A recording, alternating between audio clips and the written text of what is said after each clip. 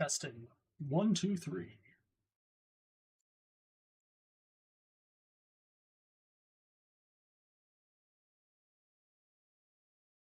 All right. Live and ready. Now with 200% more ads. If I look over here, it's chat. If I look over here, it's content. And if I look at there, that's you guys. So, what have I been doing? Having a mental breakdown. How you guys been doing? Now, I know I have been out of the loop for a long time. And I know it's weird to stream at 1 or 2 in the morning at your normal time. But hey, sometimes you gotta do what you gotta do. And I happen to be awake and wanting to stream. So I'm gonna stream. And I hope y'all enjoy. So something, is that how I do that? No. Is that how I do that? No. I literally spent like 2 hours the other night working on OBS to get it to work properly, and now it's not working again. So give me 1 second here.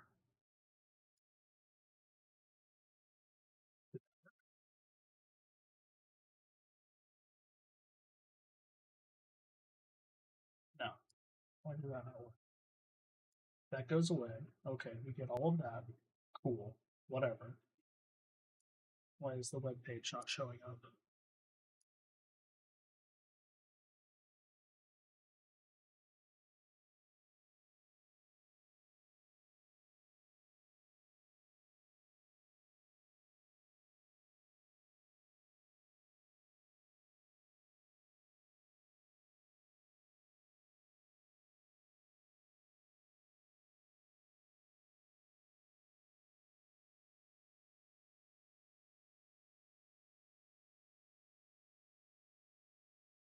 There we go. Okay. If I do this, haha! We have a website. We can see the things I'm looking at, and giant, massive ads. So, first things first, we're gonna go. We're not watching this just yet. We're not coming back to. We're gonna go all the way back to when Alex Jones had Kanye and Nick Fuentes on. Because yes, I am out of the loop. I take that back. I'm actually extremely in the loop. I am out of date. I'm out of date. So, as you all are probably aware, Alex Jones is a douchebag who proceeded to have more douchebags on his show, as one is wont to do, right? Now, this is the Daily Beast. I'm only using this to kind of like give myself a background. I don't necessarily have a skin in the game when it comes to these fuckers, but like whatever. So you've got Alex Jones, who looks like a partially rotten and inflated sausage shoved inside of a t-shirt, and that's coming from me, someone who is like a flabby sack of potatoes in a sweater. So fuck that guy. But more importantly here, Alex Jones, a far right-wing conspiracy theorist, as it says right there, as we all know, most famous recently for losing $1.5 billion. $1.5 billion he's lost to the parents of the victims of Sandy Hook. That is, oh, it's magnificent. It is wonderful. Having him lose that much money makes my nipples hard. I love it. But more importantly, in order to continue his grift, what he has been doing is he has been having on controversial figures, because that is how he gets more eyes on his products, and his products are what he wants to sell. These are the vitamin pills, etc. Now, you may have remembered that the interview with Kanye was very funny. If you haven't listened to it, uh, do so at your own risk. It's brain rot. Don't. I'm not going to play much of it here, or if any of it, because it's just not my thing. Um, but what you need to remember when it comes to this sort of thing is that once Kanye West left, uh, Nick Fuentes came back on and owned Alex Jones and called him out on all of his bullshit. And I don't mean that in a good way. Nick Fuentes is an open Nazi and fucking white nationalist, as we all know. Alex Jones continued to try to push back against Nick Fuentes and against his ideologies, but not in a way that would actually push back, just in a way that gives breathing room. And it's essentially like Alex Jones was trying to hold an umbrella to keep the Nazi rain off of Nick Fuentes, and Nick Fuentes was like, "This isn't rain, dude. This is fucking gold. I'm being rained on by gold. Why are you trying to shelter me?" And proceeded to spend the entire time just bashing fucking Alex Jones, just making sure that he didn't have any ability to weasel his way out of the things that he has said before, and that they aren't in conflict with Nick Fuentes. He and Nick Fuentes, if you remove the stigmatization from Nazis, agree on so many things. It's actually a little terrifying. So Alex Jones is like the spoonful of sugar for the right wing compared to Nick Fuentes' bitter medicine. But they're both, when it comes down to it, just making you swallow things you don't need. Anyways, you all know this. I just really wanted to say that Nick Fuentes cocked Jones. And I did have a tab open and I was going to show you some of it. And then I was like, no, I don't want to show the fucking Alex Jones show on YouTube. I don't want that copyright on my history if that comes up. I don't know how strong the algorithm would come down on me for that. So I'm not actually going to bring that up and do any analysis on it. TLDR,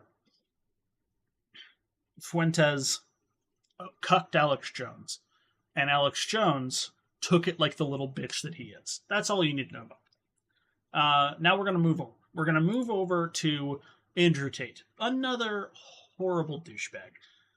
I did want to do some actual important talking about Andrew Tate.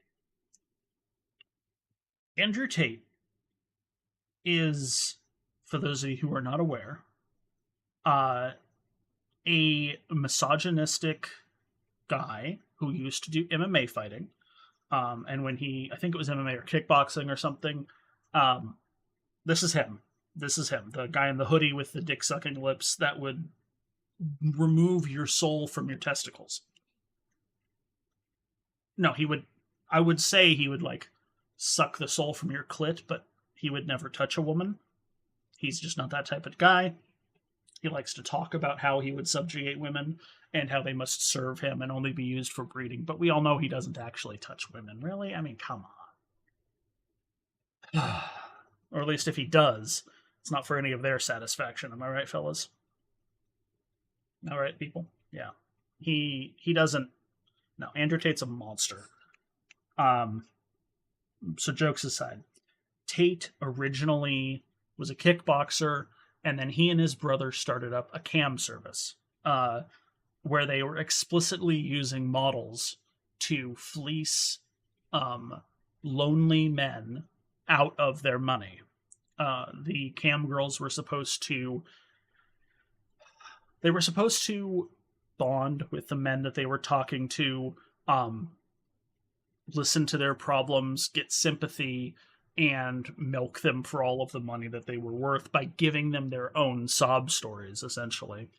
And it is, I think, pretty obvious that part of the reason that he is being arrested by the Romanian authorities for human trafficking and whatnot is because of these cam models. He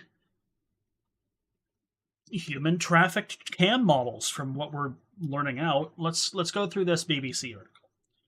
Andrew Tate has been detained as part of human trafficking and rape, like I just was talking about. Kickboxer rose to fame, blah, blah, blah. Twitter's banned him because women should not bear responsibility for being sexually assaulted. Oh, they should. Sorry, they should bear responsibility for being sexually assaulted, which is fucked. Sorry, I turned that into something less fucked on instinct because, well, I don't know, my brain is like that sometimes. Once he stopped fleecing lonely men with cam models, he changed his grift into being hyper masculine and started fleecing the same type of men with his lifestyle and like pyramid scheme of how to be a man and how to be successful type of thing, type of conversation, right? So let's see. Speaking to the BBC, a spokesperson for the Directorate for Investigating Organized Crime and Terrorism, other known as DICOT, said prosecutors had applied to hold the influencer at a detention center for an additional 30 days. So, Andrew Tate's locked up till the end of January, folks. Yay. Fuck that guy. During the detention, the two brothers maintained their right to silence, their lawyer has told the BBC. The four suspects appear to have created an organized crime group with a purpose of recruiting, housing, and exploiting women by forcing them to create pornographic content meant to be seen on specialized websites for a cost. This is that webcam modeling I was talking about previously. It looks like what they were doing was going and scooping up girls from all over the place, putting them in a room, and forcing them to do things. Video on social media showed Tate and his brother being led away from the luxury villa. Can I find that? Oh, well, we'll do it later. Maybe. Let's see. Police allege the victims were recruited by the British citizens who they said had misrepresented their intention to enter into a relationship with the victims, which they called the lover boy method. Okay, so they would walk up to some girl, give them a bunch of attention for like a week, have them move in, and then like, oh, here, you're actually going to be doing this fucking cam modeling, or we're going to like beat you and shit. Okay. Let's see. Released a video with a raid showing guns, knives. I think there was a sword in that video. Tate moved to Romania 5 years ago. Rumors swirled online that the police were tipped off to Tate's presence in the country. Okay, we're gonna take a brief moment here.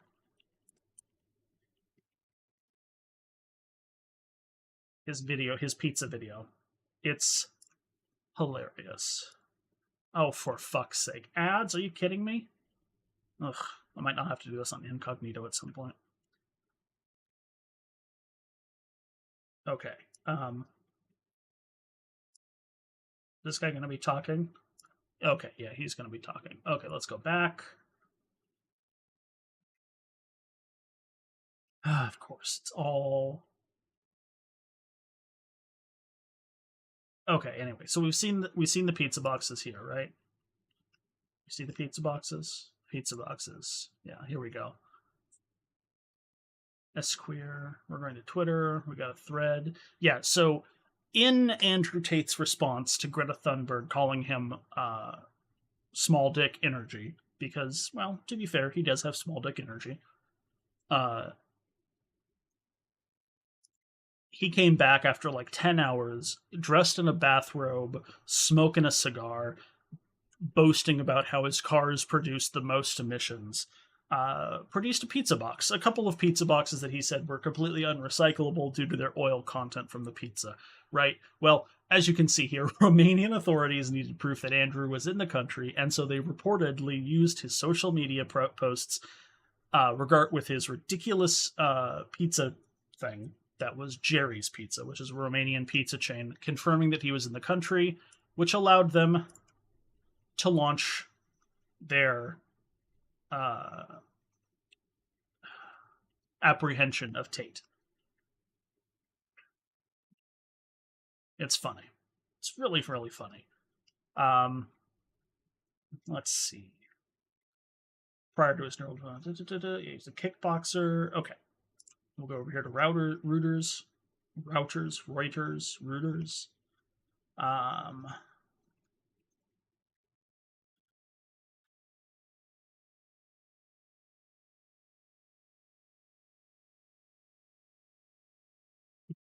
do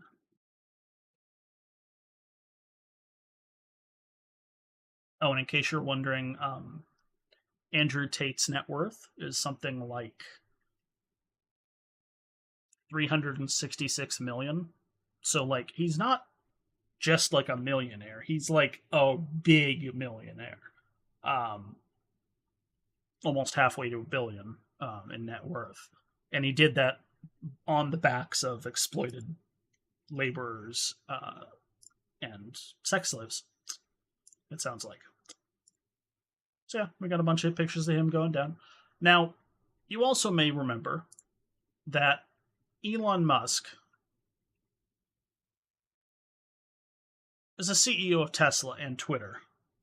And you may also remember that Twitter recently got bought by Musk and has proceeded to become a trash fire ever since. Well, oh boy, do I have news for y'all.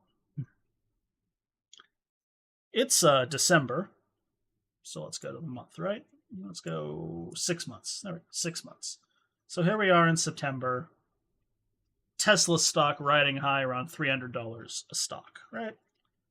Well, it started to drop as Musk tried to buy Twitter, leveraging Tesla stock and all of his money and stuff, and he started selling a bunch right here, right? And then it kind of leveled off. He got Twitter, and then he said that, like, oh god, it's so, the Elon Musk saga is just so much. There is just so much. Fucking stock has dropped $100 in 6 months, and is now currently sitting at 123, which it hasn't done since, we'll say, mid 2020 during the fucking pandemic, right? Now, Elon Musk is a twat, guy. Like, he's just so bad.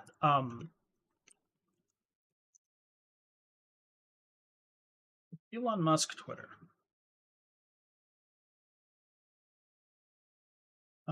Let's see.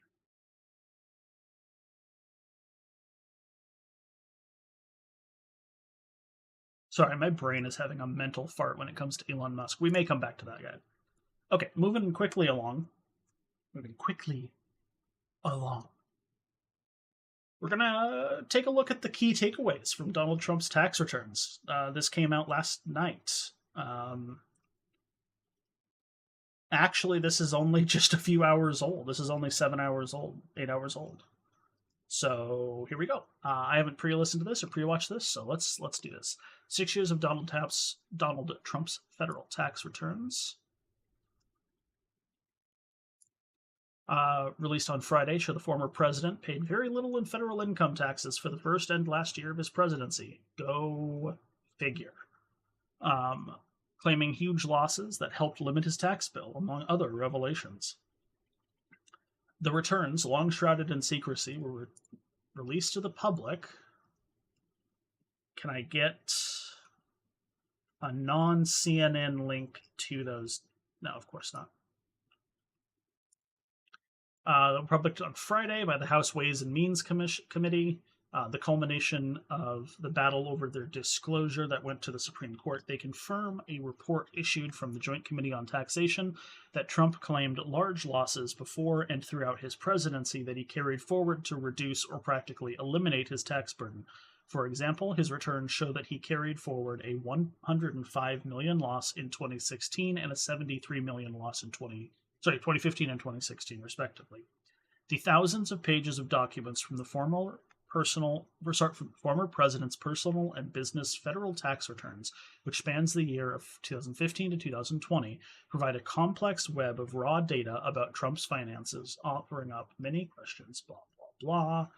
Let's see. Returns shed light on questionable tax claims. Each year of the president, he received exactly for each year of his presidency, for example, Trump claimed he received exactly 18,000 in interest on a loan he said he gave his daughter Ivanka Trump, and 8,715 in interest from his son.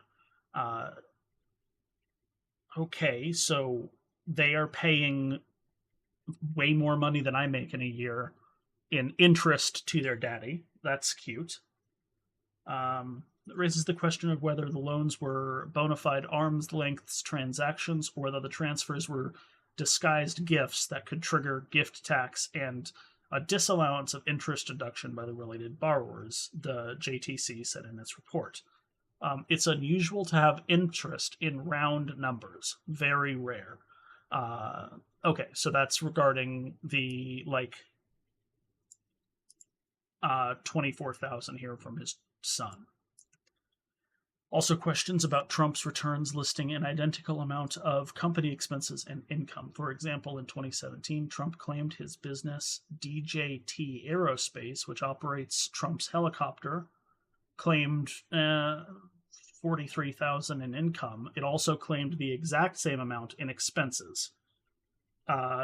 That's not good. That's fucked. What the shit? You don't. That's not how that works. Okay, yeah. So let's see. Total expenses equaling total income is statistically impossible, said Shell. No shit. Who added that the figures are not evidence that something illegal was done. It just doesn't happen. So they're being lazy or what? I mean, it sounds illegal to me. Just being that just there's something going on there. IRS auditors were investigating multiple so-called large, unusual, questionable terms on Trump's tax returns, which for the regulator wanted Trump to provide supporting evidence. Oh,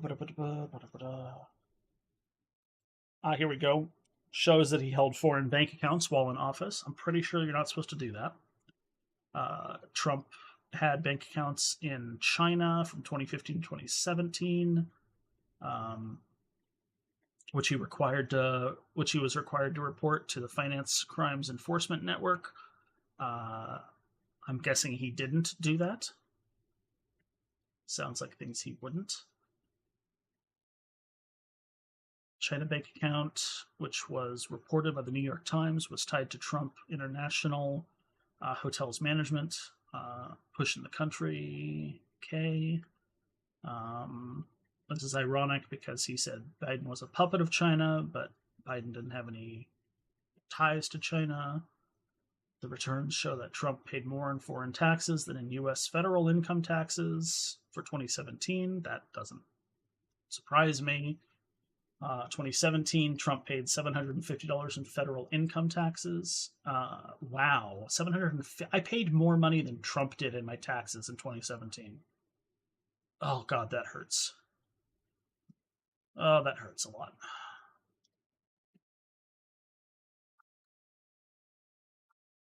Trump listed business income taxes expensing for other notable financial items in Azerbaijan, Panama, Canada, India, Qatar, South Korea, the United Kingdom, China, the Dominican Republic, United Arab Emirates, the Philippines, Grenada, U.S. territory, Puerto Rico, Georgia, Israel, Brazil, St. Martin, Mexico, Indonesia, Ireland, Turkey, and St. Vincent.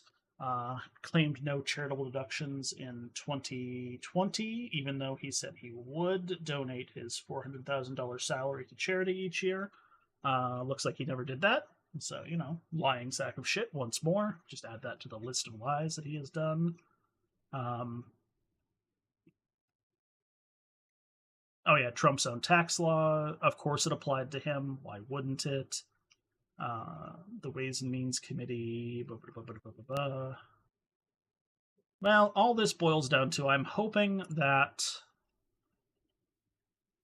Trump is fined heavily for his tax scheming. However, we all know that's not going to happen because why would it? Why would the elites? Why would the people who have money in this country? Why would the bourgeoisie be hurt in any way? That's a great question. So, I was rolling around the internet, and one of the podcasters I listened to was doing a debate with Pine Creek Politics, which is this guy right here. Clearly, this is Vosh, as we probably are all aware. This is Pine Creek Politics, and I found this man to be incredibly frustrating to listen to. And because I found it frustrating in a constructive manner, it gave me the ability to vent out things that I think are important to say and important to make sure that people understand. So, what I want to do is I want to go through this review of a review, essentially, and comment on what I think this guy here is doing as a human being and as a conservative. My understanding that he is Canadian, who has lived in the U.S. for like 20 some odd years or so, and recently became a citizen. And he's listening to Vosh for the first time in this particular part. Now let me double check here that my desktop audio is being picked up by OBS, since everything seems to be fucked.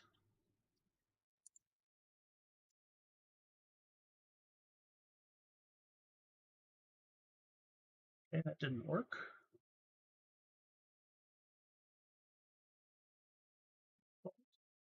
That work? Prevent fashion. Okay, cool. That.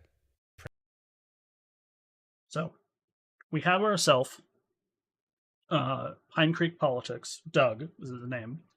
He's reviewing a video that Vosh did, and I didn't think the first few minutes of this were that important to go over, so I wanted to start basically from this timestamp. And we'll listen and comment and do some analysis and whatnot as we go through. So let's get to it. Then I think this whole thing of deplatforming people, I think you have to get thrown in the garbage. If you agree with that premise. Say, for example, prevent fascist candidates from running for office or lock people up on sedition charges if they attempt to initiate a coup. So, a little bit of background. Vosh, in this particular instance, is talking about how it might be in the interest of democracy that we do not allow people to act in undemocratic ways in a democratic society. That's all he's saying. That's the background. Here we go. He's going to comment about the smugness of Vosh.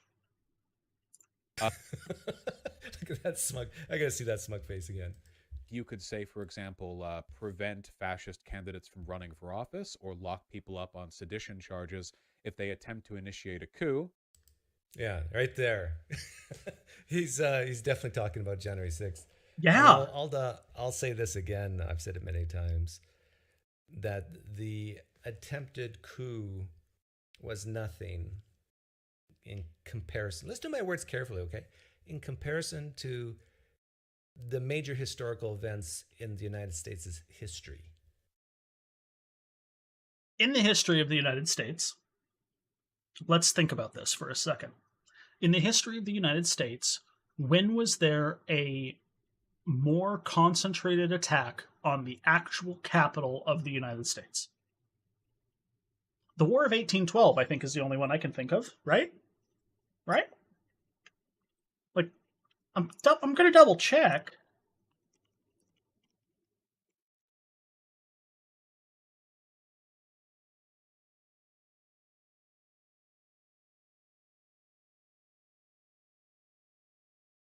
Washington, D.C. in the American Civil War. Okay. Lincoln assassination. Defense. At the beginning of the war, Washington's only defense was one old fort, Fort Washington, and the Union soldiers themselves. McClellan began laying out lines for a complete ring of entrenchments and fortifications that covered 33 miles of land. He built enclosed forts on high hills.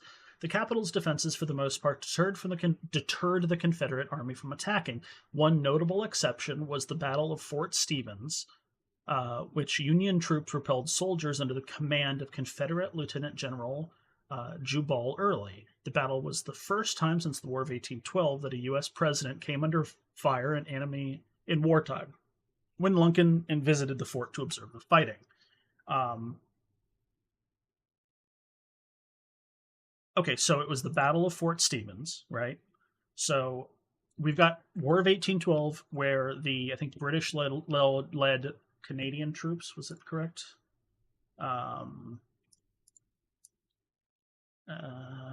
Yeah, British North America attacked and burned down the White House, whatever. So the Battle of Fort Stevens. Let's see.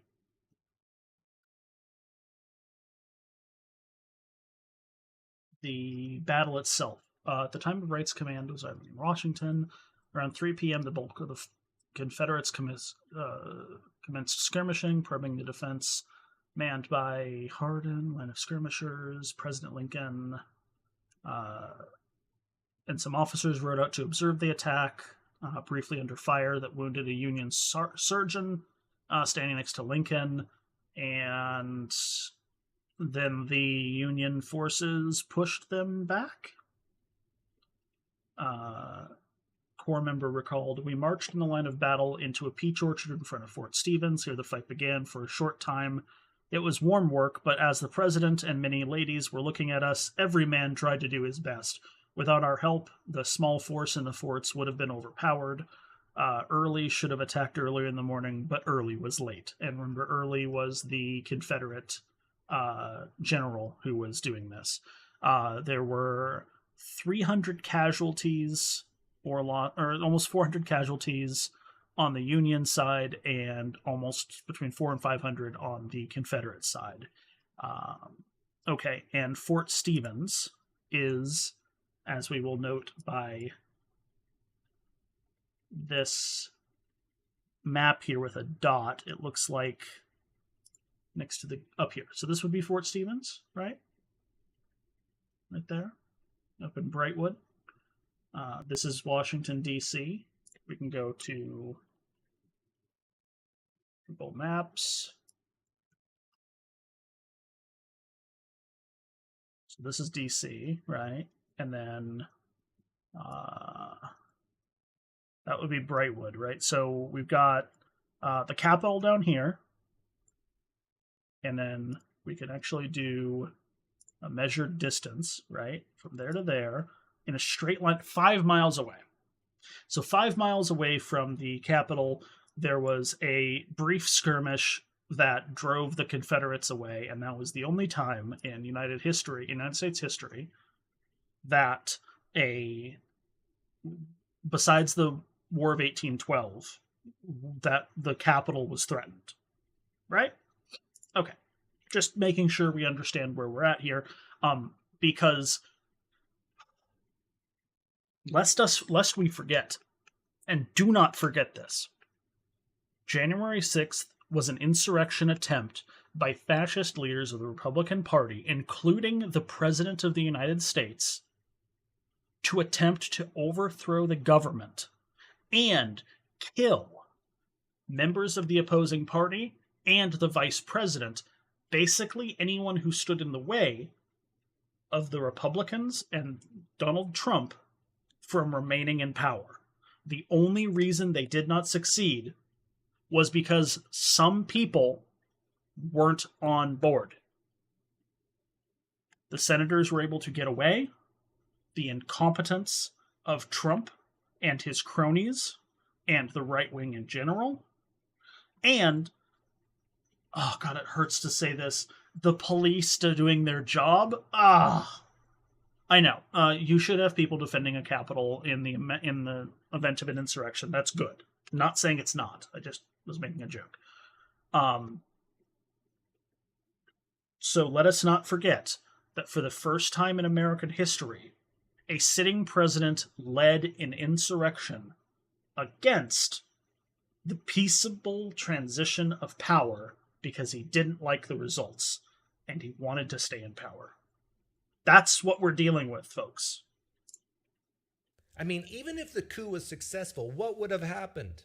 Nothing. Wrong. If the coup was successful, as I just said, there would have been senators, House representatives, and the vice president all dead. That crowd was chanting, "Hang Mike Pence." If they had found Mike Pence, he would be hanging from the neck until dead. I don't like Mike Pence. Fucking hate the guy. Don't think he deserves to die. Just me. Especially doesn't deserve to die when all that especially doesn't deserve to die when all that he was trying to do was continue the democratic process. Now, Mike Pence has done plenty of undemocratic things, but his service on January 6th, specifically the service of January 6th, and allowing the transition of power and the certification of the election, that's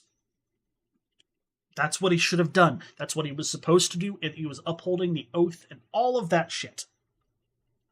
So once again, Doug, what would have happened is we would have had death. We would have had decapitation of political opponents to the right wing in this country and to the rule and power of Donald Trump. What do you mean, Doug? What do you mean nothing? Because of the way the Constitution is set up, it wouldn't have mattered. It wouldn't have mattered. What happened after that? What happened after that crowd killed a bunch of politicians and took over the Capitol with the sitting president there? I don't know. I don't fucking know. I'm not a mind reader. I'm not psychic. I don't have a ability to look into the other side of history and bring a timeline that didn't happen into existence and examine it. I don't know. But what I do know is that we came damn close to something horrific, and we got by the skin of our teeth because we're allowing undemocratic speech and activities in this country to proceed as if they are democratic, when they're not. Fascists don't do democracy. Accomplished was a delay in Biden coming in. I dare anyone to disagree with that. I motherfucker listened to the last 5 minutes of what I've just said. I mean, you got all these doomsday scenarios in people's minds, some people's minds of, oh, if things would have gone a little differently, I mean, the coup would have just, we would have modern day Hitlers and a high Trump.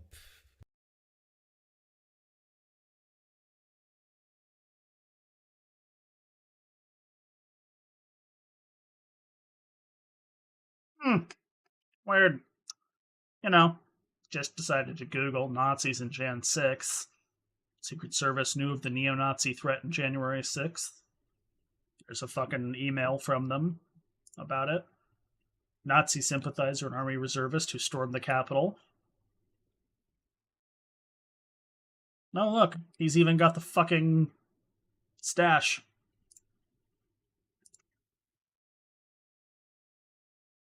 Was the Confederate flag.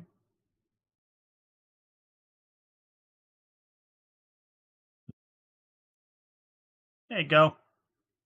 How you like that? You like Nazis?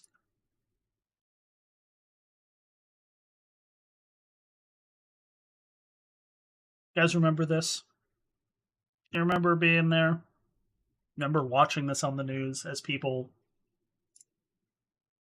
climbed through barricades, brought flags of treasonous activity into the country's capital?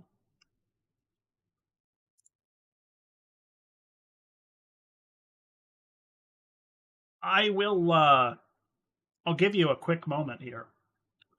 Why do you think the person who made this, okay, is associating Donald Trump with Braveheart, which was, in case you are not, just in case you don't remember, was a Mel Gibson. It's Mel Gibson. And what does Mel Gibson?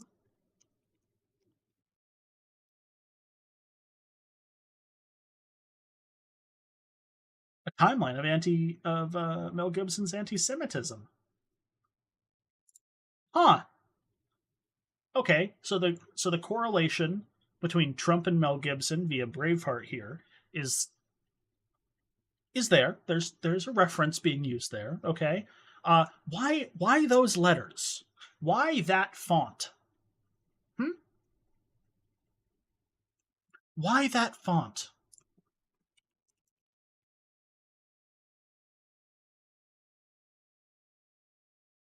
I wonder. I wonder why that font. Hmm. Hmm. Hmm. Hmm.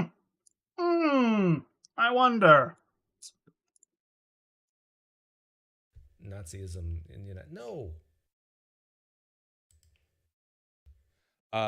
You would actually be doing this in a pro-free speech sense, because if those people ever got power, they would remove free speech. We're not talking about the abstract of like running down to everyone's homes and like arresting them for the stuff they say. We're talking about denying them the political power they would use to destroy free speech as a concept. Yeah, okay, so let me see if I can steelman him here. It's okay to silence certain people because certain people will want to destroy free speech. So by removing their free speech, you can save free speech. That's what. That is what he's getting at in a manner of speaking, yes. I believe what Vosh is saying here is that by prosecuting people who threaten democracy and remove them and their power, you help maintain democracy. Seems like a good thing to me. I like democracy. I like being able to vote. I like being able to have a say in things.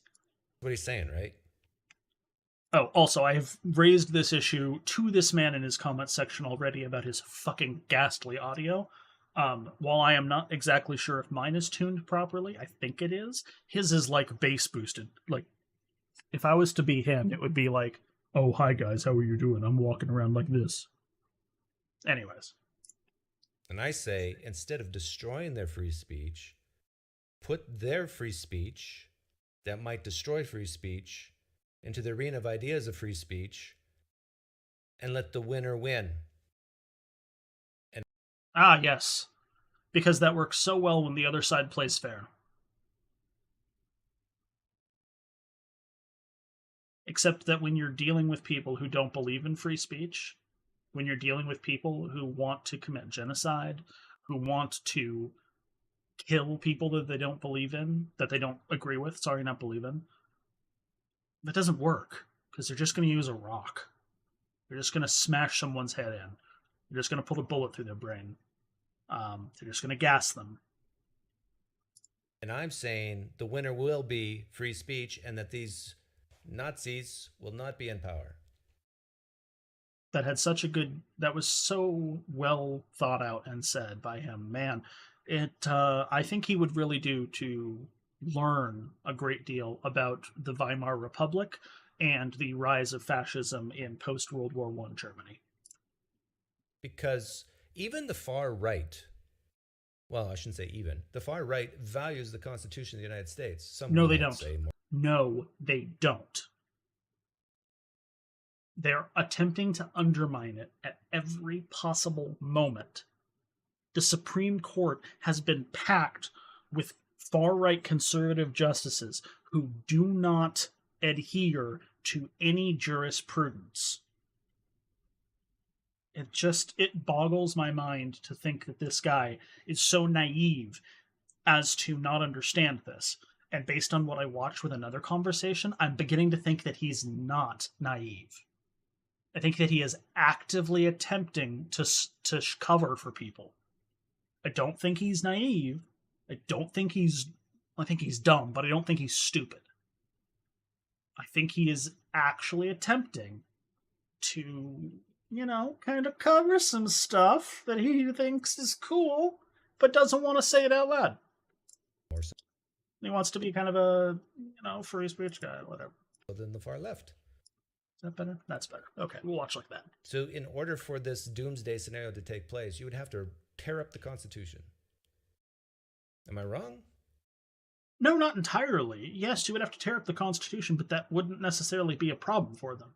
They would be able to adhere to some sort of just like bullshit panic narrative, or put in some sort of judicial theory, kind of similar to the Moore v. Harper stuff coming down in the Supreme Court right now, that could take away the ability to allow states to determine their own districts or something like that, and just basically remove democracy by gerrymandering the entire country into whatever shape the Republicans want.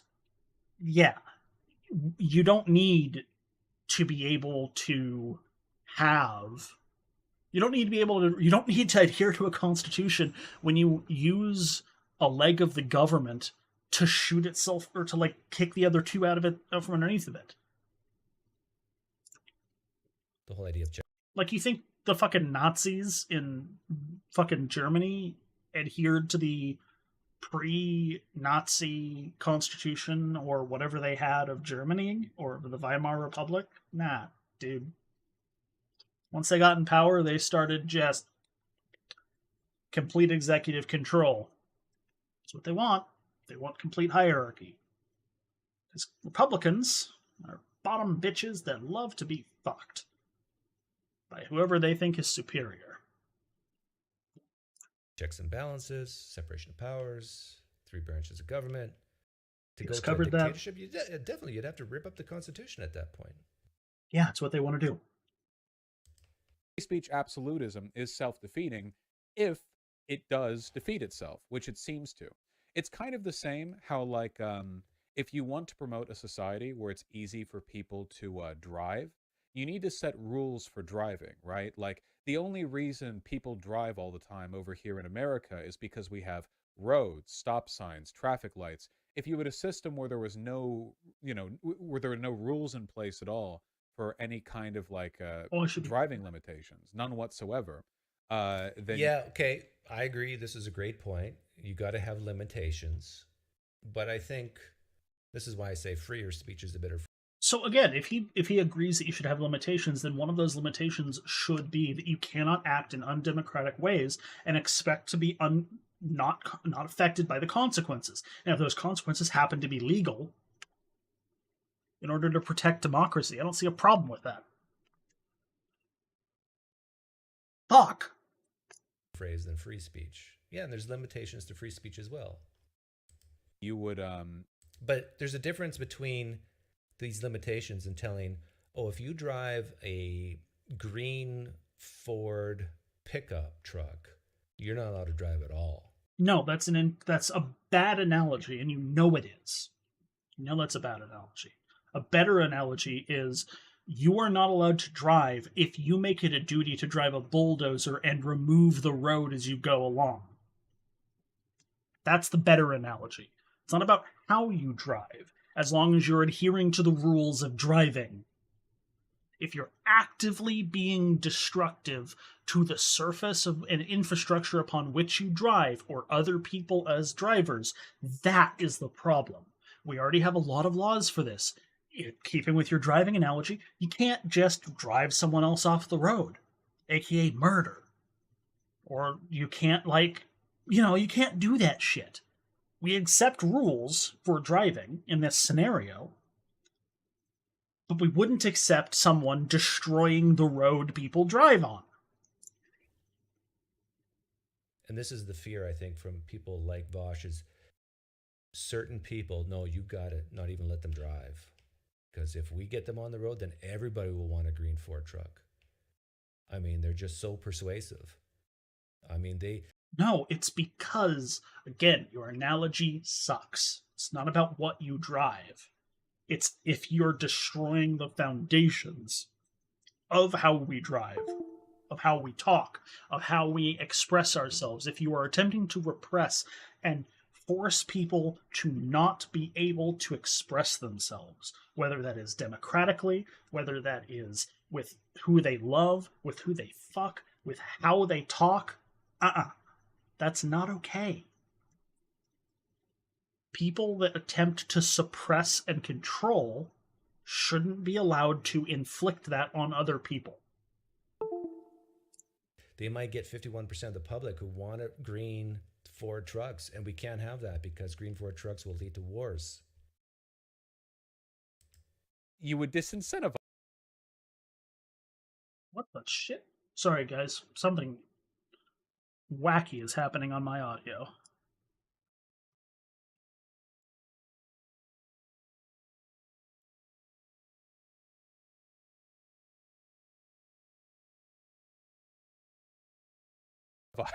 Driving a little bit. Okay. That's better. It's better for the ability to drive that there are rules on driving.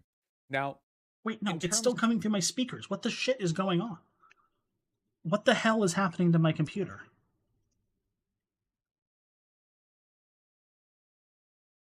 One sec.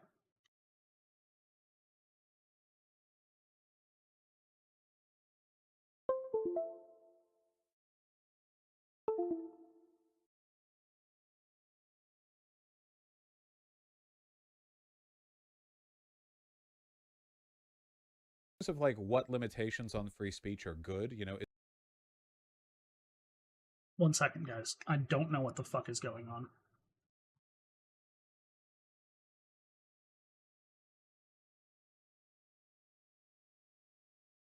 Is it good that you can be arrested for screaming fire or bomb in an airport or whatever? That's really complicated. Yes. But I want to scale it back. It's complicated. Okay, so I apologize if there's an audio issue. For some reason, my computer has decided to output to both my headphones and my speakers at the same time. I don't know what's going on. Just going to turn off the speakers and hope that this resolves itself. I don't know what the fuck's going on. I'll fix it later.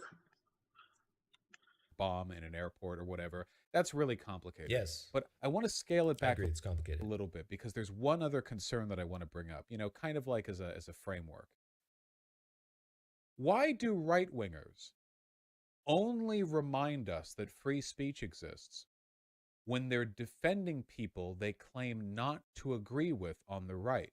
Okay, I lean right, and I defend people that I disagree with all the time to say what they say. In fact, I've gotten in trouble for saying that street preachers should be allowed to look homosexuals in the eyes and say they're going to hell.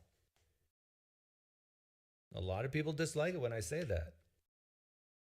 But then, on the same token, I say, let me give you reasons why you shouldn't even believe hell exists. I mean, would you be at all offended if I looked someone in the eye and said, hey, if you live this way, you're going to go to some Harry Potter evil place? I mean, people are just going to laugh at you, right? Yes, of course. The classic, but it's a fiction. Of course it's a fiction. Obviously, religion is fictional. You've cleared the lowest hurdle in the game, my dude. However, while I'm not going to go around and tell street preachers that they can't street preach, I will go and yell at them back. I do it fairly regularly around here in Seattle. When I'm out and about, I will go yell at street preachers because if they're yelling, I want to yell. Fuck yeah. America. But at the same time, it doesn't carry the same cultural impact. So what I think is that the street preachers should understand that what they're doing can be harmful, even if that harm should... Oh, for fuck's sake, what the god hell is going on with my computer? Something is really fucked up. Why is it doing... It's Sorry, guys. Sorry. My computer is just fritzing out and it's bothering me because I can't really focus on things when things are going bad. Where was I at? Oh, right. The street preacher, they can actually do harm to someone, and they should at least understand that they could be inadvertently causing harm when they're doing that. And I think one of the big reasons that a lot of street preachers take the tactics that they do is either out of maliciousness that they're trying to scare the people, not that are being targeted by their speech, but rather the people around. They're like, when you're doing a debate, you're not always going to be able to fucking change the other person's mind. You're probably never going to be able to do that, right? But what you do is you talk to the audience, and that's what they're doing. They're talking to the broader audience. Their target, like a street preacher might target a trans person and say they're going to hell. But what they won't do is think that they can actually make that trans person come to Jesus. What they're doing is attempting to tell all the other people around them that they think this is degenerate and they want to oppress this person in some way because of their religion. And I don't like that, man. But I also, in this case, think that what you should do is go yell at some street preachers. That's right. I am calling you. Go yell at some street preachers. Well, that's fiction. Well, that's how you should view this whole biblical idea of hell. It's fiction. And you don't have to yell constructive things. You can just go up and yell nonsense at them. You could literally just, anytime they say Jesus, yell the word hot dog over top of it. It'll be fine. Like, just being an obstructionary force to their oppression is enough. At least in most cases. If you see someone being violent, maybe step in if you can. It's not like your obligation. If you feel like it, call the cops or whatever. I'm not gonna get too heavy into that because that is all individual basis, and use your intelligent brain. You've got a brilliant brain. It's the best brain. Okay?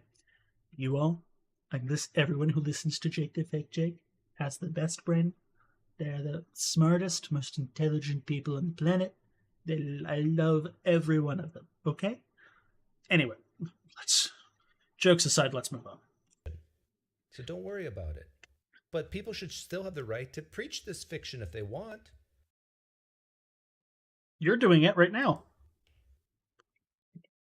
I may not agree with what ye said yesterday, but free speech exists. Well, thank you for your contribution to the discourse. Nobody was ever questioning whether or not... Excuse me, but says a lot of people dislike harassment. Yeah, but harassment is in the eye of the beholder. No, I mean, not really, no. And he's about to use a very dumb analogy for harassment, and I'll tell you right up front, both sides of what he's about to do are harassment. He's just a white guy. That's true. He's just an old white guy. Like, for example, imagine, I think, excuse me, but's female. It looks like it's female. So imagine, let's put this in terms of harassment to females. Imagine a fat, ugly man comes up to a woman and says something like, hey, sexy babe, nice legs, or whatever, and then constantly keep saying that. That's harassment, right? Correct. Now imagine the exact same words said by Brad Pitt to a woman. Hey, sexy babe, those are nice legs. It's also harassment. At least for most women. No. Fuck you, Doug. It is harassment. It is. Both situations are identical. They are both harassment. The perceived difference by somebody being attractive or not has nothing to do with the actual harm being done in this case. Whether or not somebody in the moment understands that harm is different.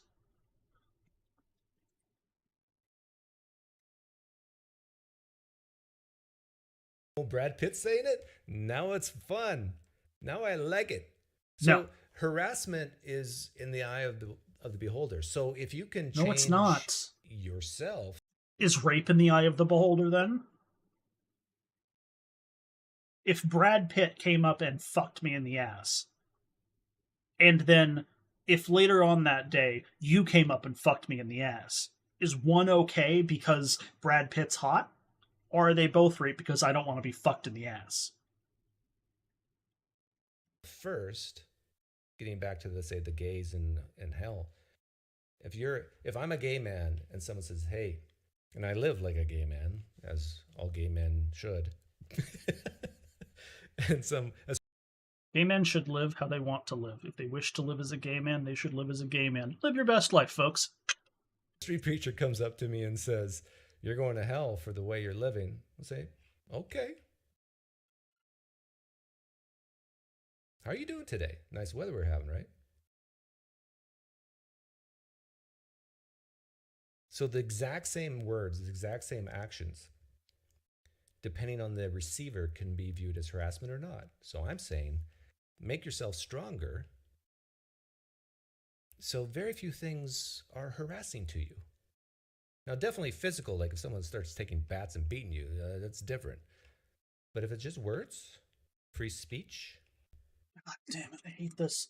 I hate this argument so much. Oh, it's such an old-fashioned piece of garbage argument, though. How sticks and stones can break my bones, so words can never hurt me. It's just that. It's just the idea that words hold no power, and yet for some reason, if words don't hold power, why would you want to protect them? If anyone can say anything and there's no harm being done by this speech, why should it be protected? Now, I don't fucking think that. I think that that's a pretty good idea for like countering his argument here, because like he's just saying be stronger about it. Okay. Okay. Be stronger when the fascist right takes your ability to be an atheist away. Just be stronger in your non-belief and go to church. Why do you care? When the fascist right comes and silences your ability to be gay, oh, why do you care? Just be stronger. Fuck yourself at home. It'll be fine. Shove a broom up your ass or something. It's dumb. It's dumb. You can become stronger. It takes practice. Age does it a lot. All you have to do is just... No, it doesn't. Part of the reason that I have been not streaming as much as I want to is because my mental health has been absolutely garbage. And it is only in the past 6 years that I have even begun to plumb the depths of why my brain is the way it is. And it's only within these last 6 years that there has been any amount of crumbling upon my own internal strength. And age has not helped me in this matter. In fact, age is a primary reason of my own mental issues. Lest we get into it, I don't really feel like getting into my medical history with y'all right now. Maybe later, call me up and ask me about it. I'll talk to you guys about it. Anyways, right now, this guy is frustrating me all hell out of me. Live long enough to live to be old, and you start to become numb to harassment. Incorrect. Get a legal right to say that stuff. Why this?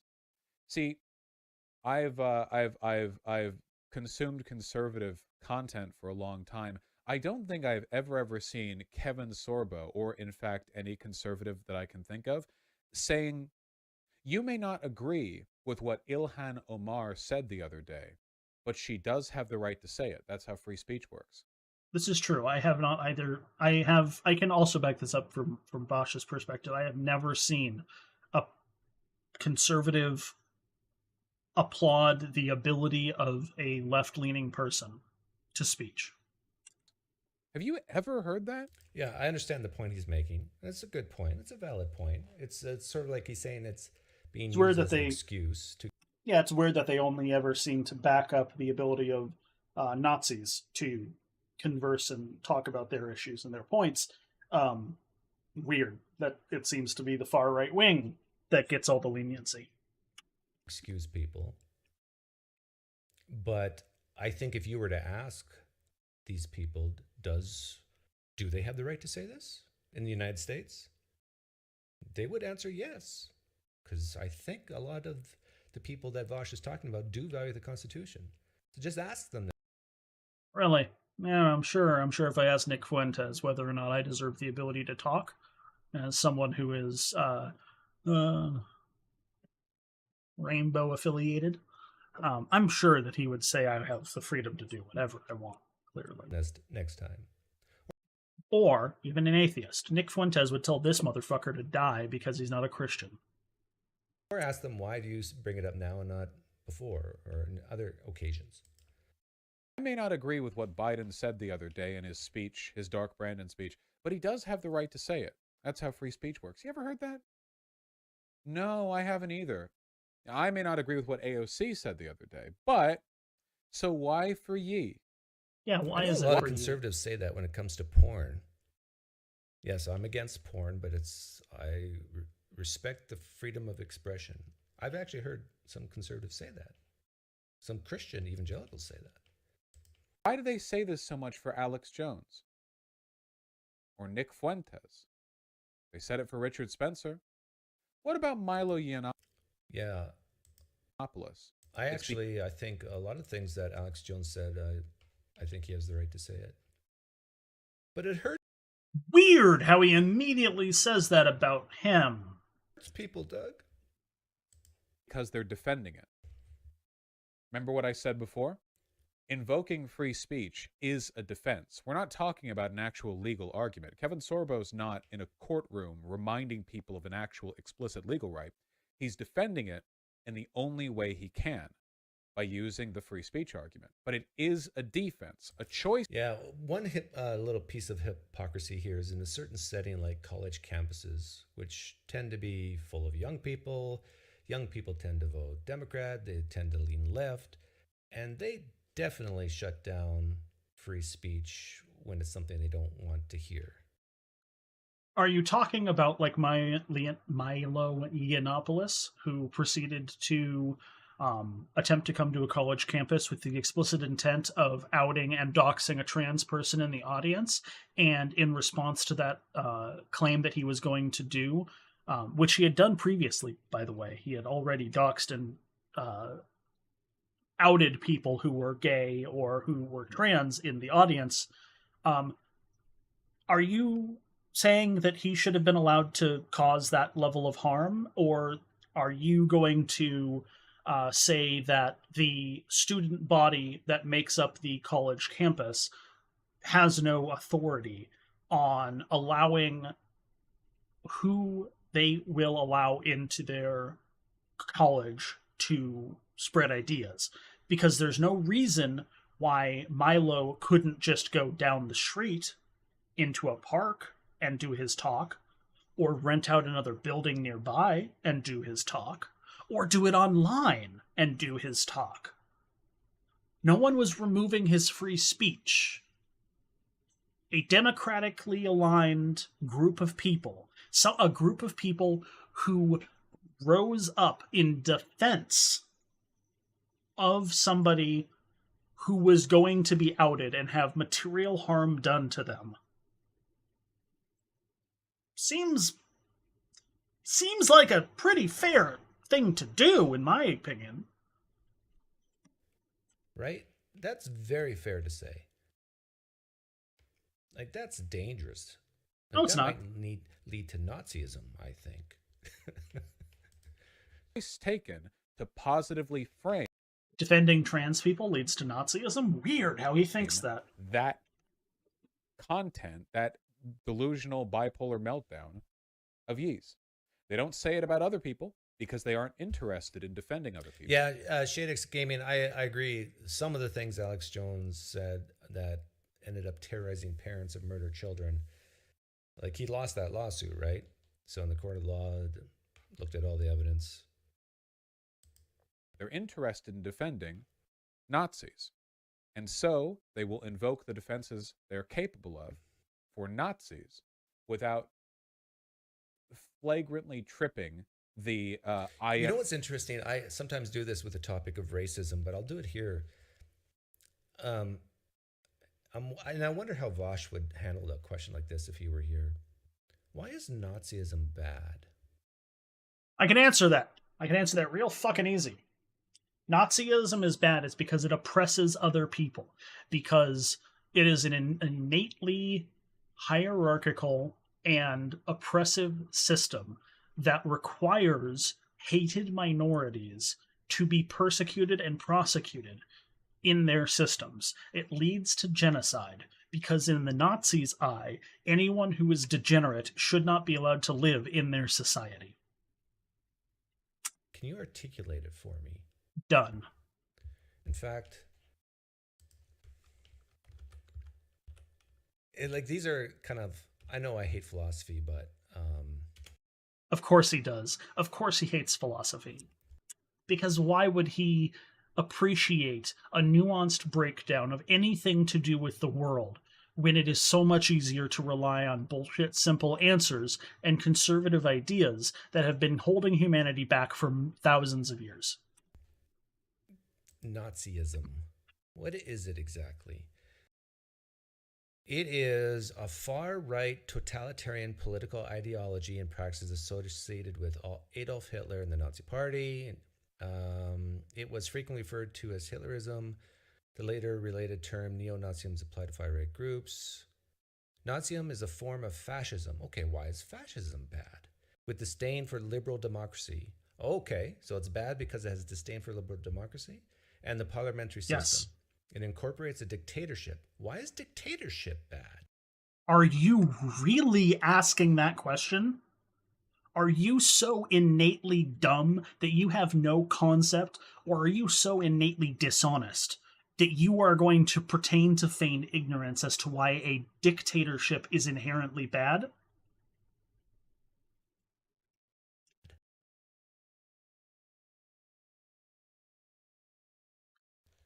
Fervent anti-Semitism. Oh, that's okay. Well, one could even ask that. Why is anti-Semitism bad?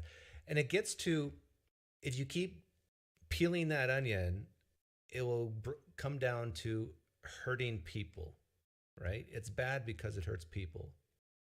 But then the question comes, how is it hurting people? Usually through genocide. Their emotions and their psyche, I think that has to be separated from hurting them bodily, even though their psyche is part of their body. Yeah, see, this is the same fucking conservative bullshit that continually froths back up over and over and over and over again.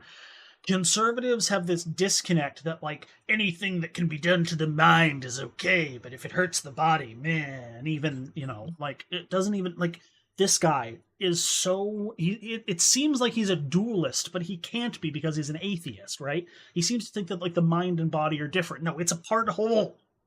You can't hurt people with words and expect them not to react bodily, because words do things to the brain, and the brain is in your body. But I think you have to make a distinction there because of what I said earlier, that two people can hear the exact same thing and one be offended and the other person not be offended. So in my opinion... But in your previous example, as I reiterate again, both are harassment. Just because somebody is not in the moment hurt by it does not mean that they will understand later that that was a bad thing. And that can actually lead to more harm on their person. It comes to the responsibility of the person to get tougher, get stronger. Because one can actually...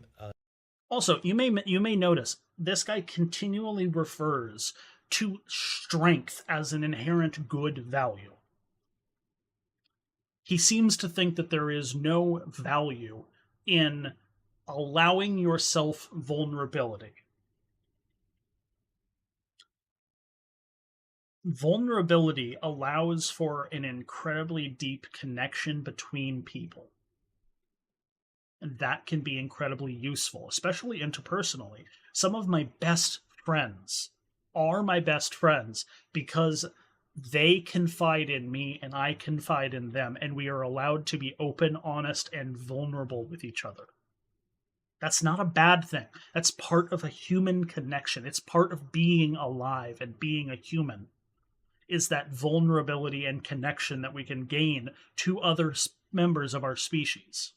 and even members of our that aren't of our species. People can have incredibly deep bonds with their pets, and these bonds are formed, at least in my experience, and I think art showcases this fairly well, that vulnerability can be a beneficial thing to your life. And this ability to embrace vulnerability is empathy. You're allowed to have empathy for another thing. Constantly thinking that you have to become stronger and more resilient to make it through all the tough times. Or maybe you should open up to other people, hear what they have to say, grow as a human being, and together as a unity, as a group, as a collective society, we can overcome the problems that we face and progress into the new moment of our lives and the new eras that we would like to usher in. Imagine a dictatorship that's all benevolent, that's all good. Like, this is what Christians, how they view God, right? God is the perfect dictator. Well, it doesn't take much of imagination to imagine a human being being a dictator and being like as close to perfect as benevolent as one can be. No, I don't think that anyone could actually do that, because any individual person is going to be subject to their biases that they have from society, from how they were raised, from what they've learned, everything. No person is going to be perfect. And what you are suggesting is a more perfect being. And I don't think you can reach that, at least not currently. Maybe in the future, a human will arise that has experience from every culture and every perspective and is able to view everything from every angle and be kind of like a panopticon of goodness and lead humanity forward, but it's probably unlikely. Helping the poor, the sick, the homeless, whatever. So you just can't say, well, being a dictator is bad. Being anti-democracy is bad. Anti-democracy is bad. Again, look at what he just said. This guy has been forcing himself out as a moderate this entire time. Kind of a measured response person who's just asking questions, but he just gave it away. As benevolent as one can be. He just gives it away right here. The sick, the homeless, whatever. So you just can't say, well, being a dictator is bad. The sick, the homeless, whatever. So you just can't say, well, being a dictator is bad. Being anti-democracy is bad. You can't just say being a dictator or being anti-democracy is bad.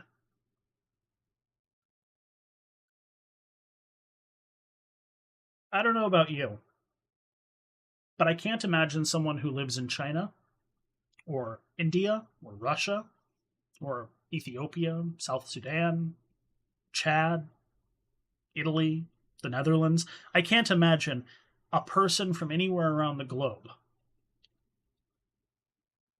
would be very happy if an American came by and was like, oh, hey, I'm going to fix your life for you now because I'm your dictator, because I'm good.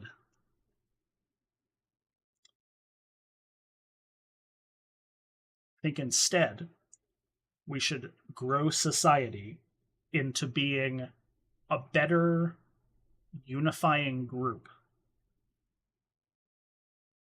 allowing connection and understanding through people,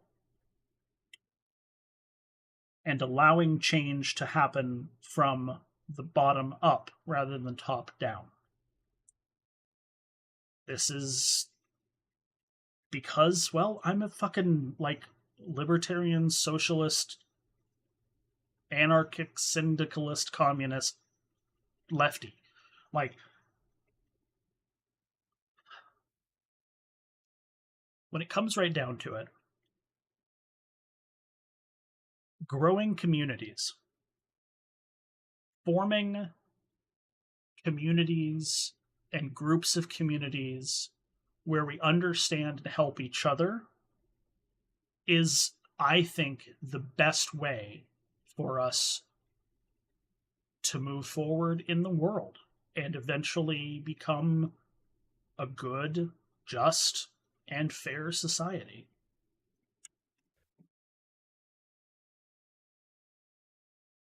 But in general, power tends to not be that way, right? And most of us here in the United States lean towards democracy is better than dictatorship. Pro-Nazi line. Yeah, here's thank you for linking this. I think this is fantastic. This is a candidate running against Ilhan Omar, right? Yeah, here we go. Shukri Abdirahman. Shoe for Congress over here. Not that shoe, the other one. Great person, except that actually they're terrible in every way. Here's a tweet.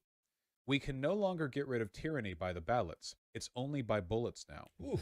This is in response to a Twitter file thread in which Matt Taibbi says there was no government interference in Twitter's censorship of the Hunter Biden story. And the only thing that the Joe Biden private DNC campaign group did was ask that they remove revenge porn of Hunter Biden. Now, this, I don't know, what do you guys think about this? Does this cross the line of free speech? We can no longer get rid of tyranny by the ballots. It's only by bullets now. Now, there's no specific call for certain people to be killed.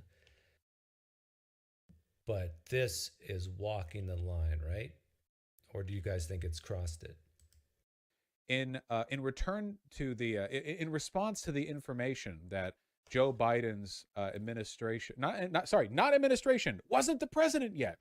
In response to the information that Joe Biden's team requested that leaked illegal nudes of his son be taken down, an okay request as requests go. Her response is, we can no longer get rid of tyranny by the ballots. It's only by bullets now. Is this a pro or anti-free speech take? See, technically, her ability to say that is an expression of her free speech. Yep. But what she's really saying is, if you kind of read between the lines, or in fact, read the lines at all, or you could read... Kurt Johnson says to my question, like, does this cross the line? Depends who says it. So you're saying if this person has power or not.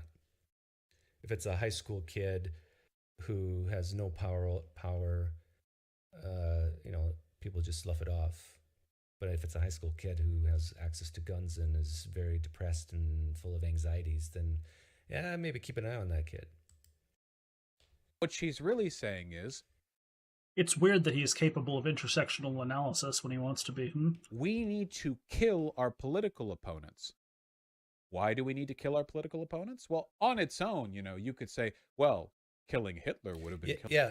So I agree with him here. That's what she's saying. She's saying we need to kill our political opponents. So in my opinion, I lean that this is crosses the line. But what if she would have said we need to punch our political opponents in the face? Because you hear this a lot from the left, punch a Nazi, right?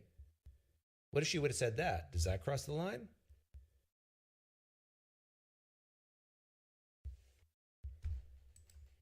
A political opponent, I'm sure.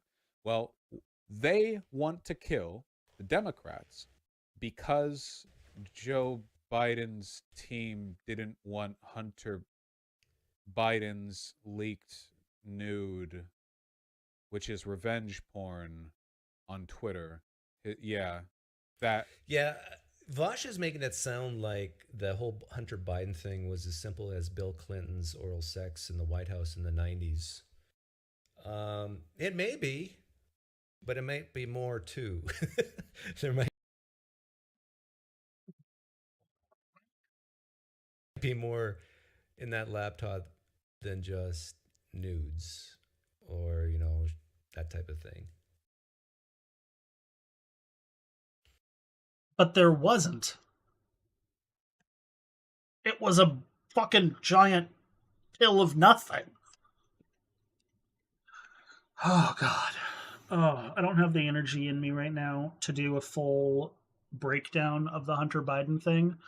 Suffice it to say, many people have done extremely good breakdowns on this. I suggest you go seek them out. I think Vosh did one. The Opening Arguments podcast did one. Those are just two off the top of my head. You can go check out But what Vosh has just said here is the more important thing. Hunter Biden was like head of or like a member of a board because he was a Biden. It was just classic little bit of nepotism. It happens all the time. Is it great? No. Is it going to go away anytime soon? No. Is it that big of a deal? Not even a little. If nothing had happened in Ukraine, this would have blown over and not really been a big issue. The bigger issue here is that Hunter Biden, who struggles with addiction and is not in a political seat of power, nor has ever been in a political seat of power, had revenge porn leaked. If this was like can't remember her name, Marjorie Taylor Greene. If this had been a Marjorie Taylor Greene laptop and her nudes had been leaked, and the reason that that laptop was in question is because she had been sitting on a board, this would have been the biggest thing the right blew up about in so long. And it would have been all about like pornography and about degenerates and how the people who leaked it are trying to discredit her by showing that like she has a body. It's oh god, it just is so stupid. And all they've really done with this is shown that Hunter Biden has a massive cock and loves drugs. Fuck yeah, dude. Which was it? The New York Times had some type of blurb on that Twitter took down, and then Twitter even admitted that they made a mistake. When Twitter pre-Elon admits that they made a mistake on free speech, you know they made a big mistake. I don't know what the fuck he's talking about. Time to kill our opponents. My personal opinion is that a world where people can't run for government while openly promoting the murder of their liberal political opponents for no reason at all is actually a freer world than one where they are able to. But what if your political opponents are Nazis? Is it okay to take them out then? No, they shouldn't be allowed to. You're missing the point. The point is not that we should kill all Nazis. Though, if you happen to kill a Nazi in defensive violence, if they're coming at you, if you're defending yourself, I'm pretty unchuffed about Nazis dying. The point Vosh is making is that people who hold undemocratic power should not be allowed to hold that power politically. I don't think Vosh... I'm not going to put words in his mouth. I would not go around killing people who were Nazis just because they were Nazis. I would kill a Nazi if they were trying to harm me. I will disenfranchise a Nazi from political power and political process and societal power because they are attempting to disenfranchise that same power for other people. It is not an aggressive action on my part. It is, in fact, defensive because they are the ones who are attempting to remove the power from other people. Warlords thing, right? You know, if you give freedoms out willy-nilly to the point where you essentially have no government involvement in anything at all, you just get like ANCAP feudalism land. You just get Mad Max world. You know, obviously we scale it back a bit. Okay, well actually you can't. I don't know. I'm thinking like the United States became a country in 1767. No, 1776, 1782 is when it was actually 1787. Like, what was it like in the early 1800s in the United States? Was it Mad Max? The government was there, but nowhere as controlling as now. Oh boy. So, he literally shows his ignorance of American history here. For a reference on how bad the early American government was, you should look into the Whiskey Rebellion. This was Alexander Hamilton attempting, and that the Federalists attempting to cover the debts that America had incurred on revolution and attempting to pay them back by taxing luxuries, in this case whiskey. However, the problem is that whiskey was a essentially a form of money in the west side of America, and this is like Illinois is the furthest west people would have been going at this point. It would have been very Midwest Rust Belt, what we consider now. Um, these people were using whiskey as a currency, not just to drink, because this is the type of society that was out there. It was very low in money and did not have a very good way of producing that money.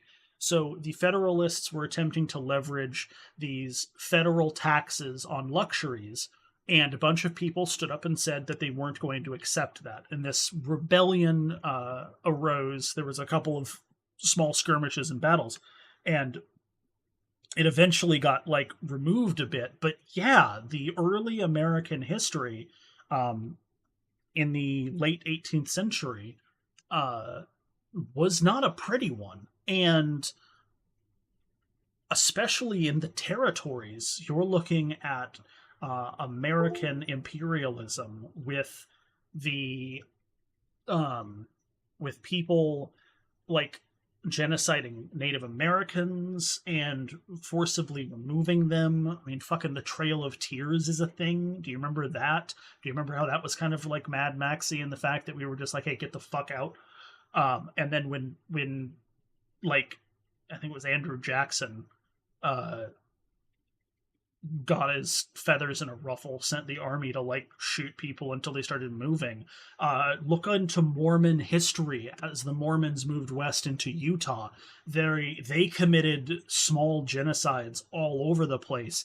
They were actively attacking people who had already been living there just because they were trying to set up their like ideal towns, and they set up their like towns with completely fake money. And like American history is fraught with this level of like libertarian non-free market nonsense that has led to problem after problem after problem after problem, all because like yeah, ignorance. I guess maybe it was a little. It was definitely the Wild West. The idea of the Wild West is actually very overblown. That period of time was very small. The expansion was actually much more like quote unquote civilized than it was actually made out to be. The actual problems in there were not like bandits robbing banks and like that happened a little bit, but it's nowhere near as big as like people think it was.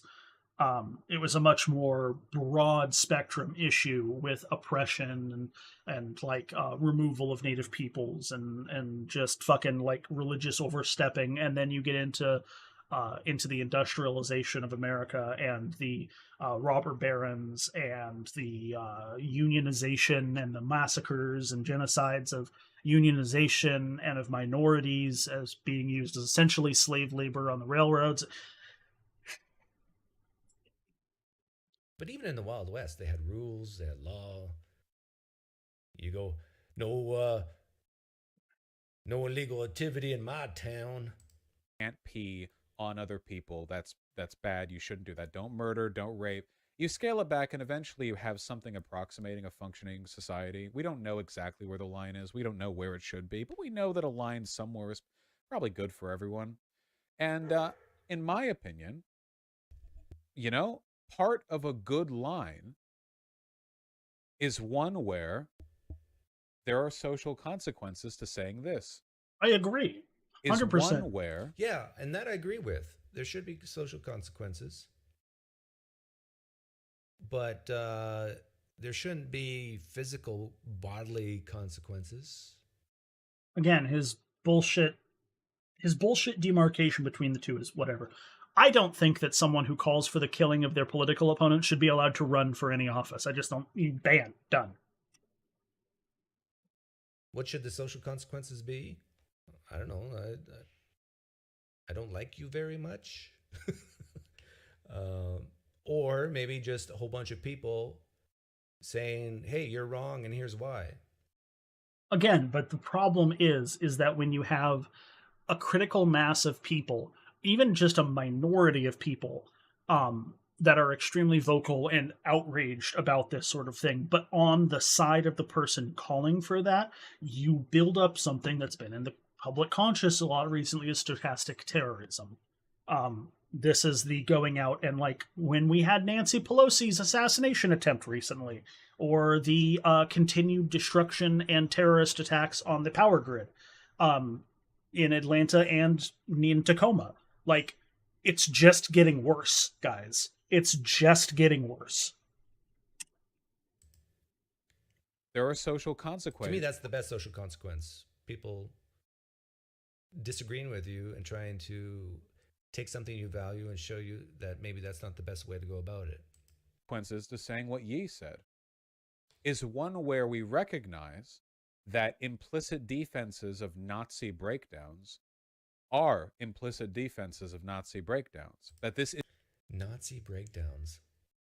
How does he get to Nazism from that? Oh boy. You know what? Let's hear what he has to say, because I don't want to preempt what he's going to say.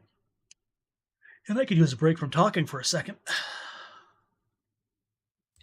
isn't a statement that he would say about anyone else, even though it is empirically as true with Yi as it is with literally any person he's ever slandered in his entire career as being a retard online. Y'all get me, don't you? I'm going to keep hammering on this. People say I have censorious opinions on free speech. No, I don't. Keeping Nazis from running the government actually is a very pro-free speech position. Your defense is a free speech. Okay, but the question is, how do you keep Nazis from running the government? By not allowing them positions of political power. The social consequence here would be when you call for the death of your political opponents, you can't run. You're out. Bye. I'll cash you outside and we can yell at each other. I think his solution is don't let them speak. I remember a long time ago watching Penn Jillette Sunday. You know, it's pretty funny that Doug says that, and yet Vosh's entire political career was basically started when he was doing nothing but debating neo-Nazis. Weird that someone who would debate neo-Nazis and who would have open and honest discussions with them would be against the speech. It's almost like Doug either doesn't know what he's talking about or, once again, is trying to cover up for a value that he actually holds by being disingenuous about it.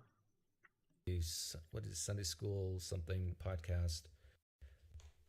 And he said, don't you want to know who these people are? Instead of forcing them in the underground where they're in their dirty basements talking about how they may want to overthrow the government, don't you want them out in the open so everybody can see them? Keep tabs on them? It's like the high school mass shooter. Because that worked so well for post-World War I Weimar Republic in Germany. Who doesn't talk to anyone, doesn't say anything. He's just quiet to himself, and then one day wakes up and kills hundreds of kids in the school. Wouldn't you want him to say, hey, everyone, I'm having these thoughts about killing everyone in the school? You want him to say this so you can keep an eye on him so he doesn't do that. In the same way, you want Nazis to say their Nazi stuff so you can keep an eye on them. Trust me, you can't stop a Nazi from saying Nazi stuff. They say it all the fucking time. But how they're going to overthrow the Constitution of the United States, I don't know. It's not magic. It's a piece of flawed paper that needs to be updated consistently and have a strong, robust review process in order to keep it consistent and constant and updated to today's times. Because if we didn't, black people still wouldn't be allowed to be a people. They would just be a slave. And that's fucked. Women wouldn't be allowed to vote. Landowners wouldn't be allowed to vote. Oh, sorry. People who didn't own land would not be allowed to vote if we held to the original Constitution. Valid if they lead to a scenario in which all free speech is abolished, and likewise, these people don't give a shit about free speech. Like, at all. Not even remotely. They cheered when Donald Trump smeared the media and tried to open up libel and slander laws so that he could, with his administration and government power, sue them for reporting accurately on the stuff that he did.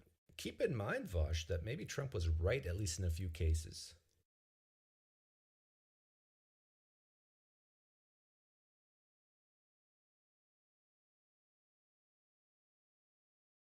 That you are against people saying false things that can hurt them with their businesses, right?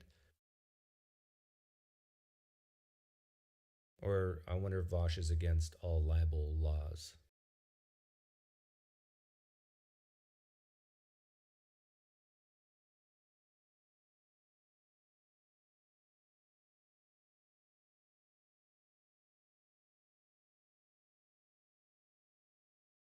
I'm trying real hard here, folks.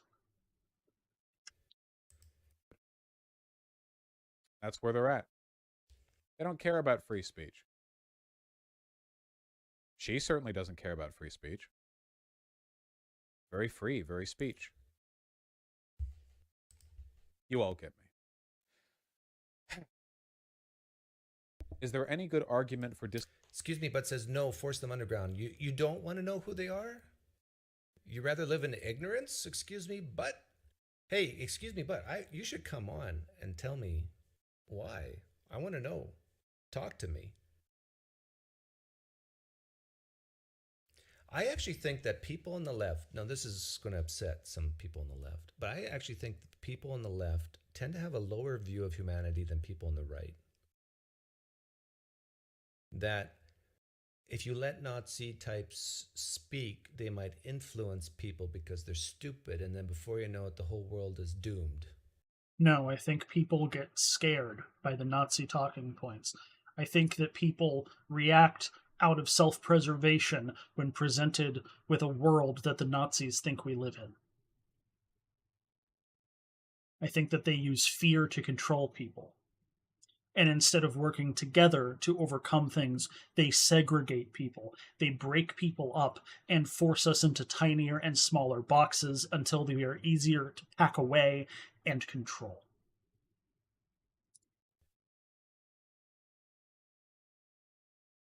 Whereas I think people on the right who might have the view of freer speech like I do say, no, let the Nazis speak, and then let people who are against what they're saying speak, and then let them battle it in the arena of ideas.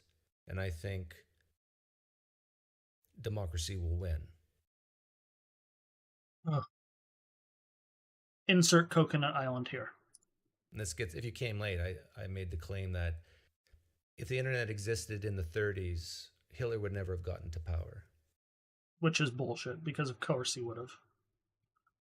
They would have done the same techniques they're doing now. It's the same techniques they used back then, just updated for like the modern day, right? It's the use of fear and spreading disinformation. It's the decreditization of the media.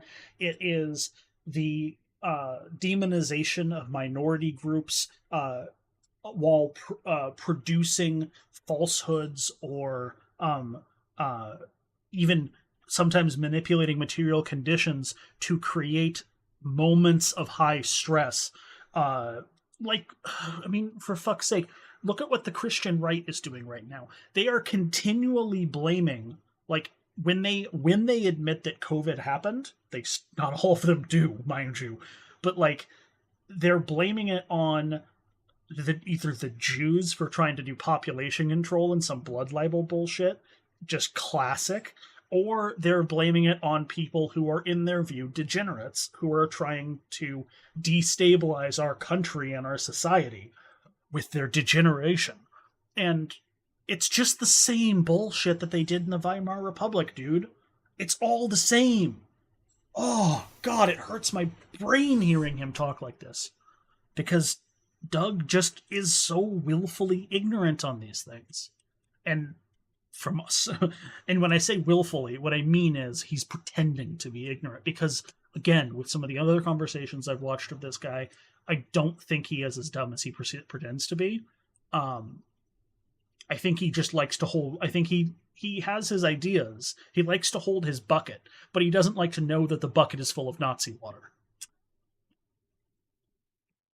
If like look today, look at countries that are dictatorships or lean that way in the world today. They typically are countries that don't have the internet or they limit the internet. Yeah, it's weird that you eliminate access to information. Boy, I wonder what group in America is currently limiting access to information. You know, it's the left wing. They're banning all the books in schools. Can't believe those communists are taking out the Mein Kampf from the schools. Oh, wait, that's not happening? Oh, silly me. That's right. I forgot. It's the right wing doing that. The right wing is banning books, banning different schools of thought. The right wing is the one taking away information from people. But fuck off. Go on with your internet analogy. Right? Jan The right wing is trying to remove net neutrality. Seller says the right literally hates humanity. Literally? True! From being a Nazi, as in locking them up just for espousing Nazi beliefs. No, I don't believe that. As much as people like to attribute like censorious or anti-free speech politics to me, I love that word now that I've learned it. Censorious. It sounds like Oh, that was a part you missed earlier. He didn't know what the word censorious meant. Continue. Like some medieval word. I do not believe in hate speech laws, and I do not believe in arresting people for the stuff they believe. I am fully okay with disallowal from running for office and disallowal from... Oh, you know, I agree with him here. He just said that he's against hate speech or putting people in jail for that. A Nazi, as in locking them up just for espousing Nazi beliefs. No, I don't believe that. As much as people like to attribute like censorious or anti-free speech politics to me, I do not believe in hate speech laws, and I do not believe in arresting people for the stuff they believe. I am fully okay with disallowal from running for office and disallowal from participating in public discourse if you're using... Whoa.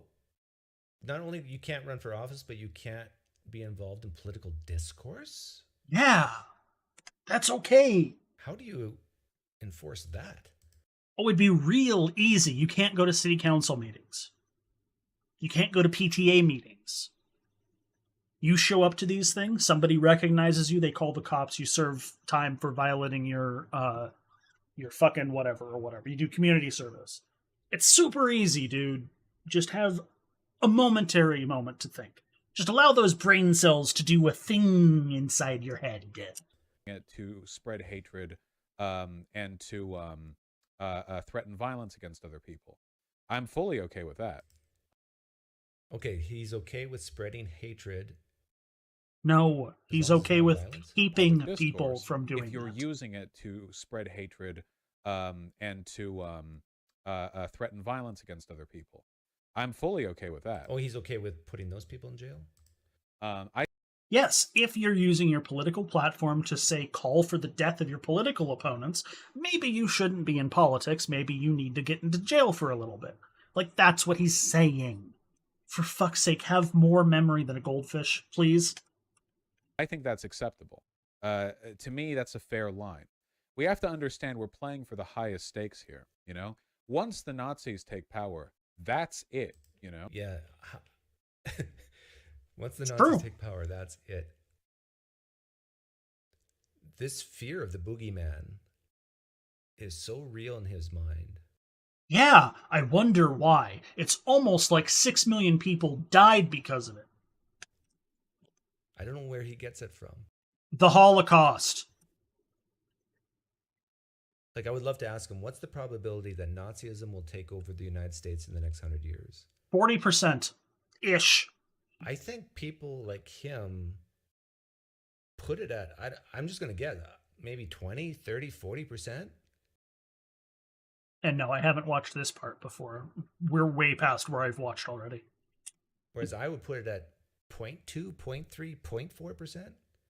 They stormed the Capitol with the intent of killing the vice president, who was along their side up until he said that an election wasn't stolen.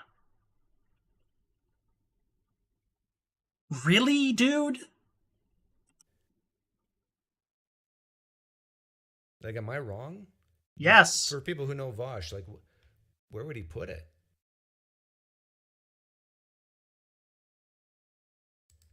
No. Wait, no hate speech laws for real? Yeah, for real. We already have laws for incitement to violence. We already have laws for death threats and what have you. I haven't seen any evidence to indicate that hate speech laws like meaningfully reduce bigotry in a society. So I'm not in favor of them. And also, I'm just I agree with him here too. I think if someone kills you because they hate you, it doesn't matter if they hate you because you're black or they hate you because you're ugly or they hate you because you're fat or whatever. It's the same crime. They killed you. uncomfortable with the government getting to arrest you for this stuff. I'm talking about you not being able to run while being openly anti-democracy, openly fascistic, and it's okay if Twitter bans you for it. That's fine. Agreed. I'm okay with it. A-okay. Yep. Agreed. What about lock? When was this? 2 weeks ago. I don't know. It was published 2 weeks ago, but I don't know if this is post Elon or pre Elon. Locking someone up if they don't like Outer Wilds? Well, obviously, I am okay with locking people up if they disagree with me. What about hate crimes in general? Sarcasm, right? A hate crime is just a term for an existing crime that is modified by the charge that it was motivated by hatred or by like racial or demographic bias. Andre Henry Gas, Pine Creek. Should the U.S. be allowed to allow the creation of a slavery party? Sure. Let's see how many votes they get. What? Really, you think that it is okay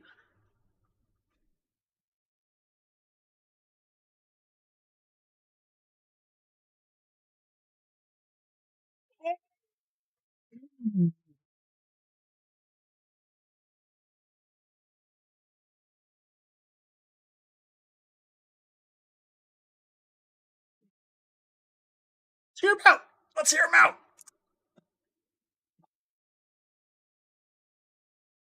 Do you think they're going to get a lot of votes? What happens if they do? I don't. What happens if they are allowed to exist? What happens if that ideology is allowed to spread and grow over time? Are you okay with condemning who knows how many people to slavery just because you wanted to allow a free idea that is already been removed from our society and is agreed right now to be bad and is in fact, like, just by using logic, immoral?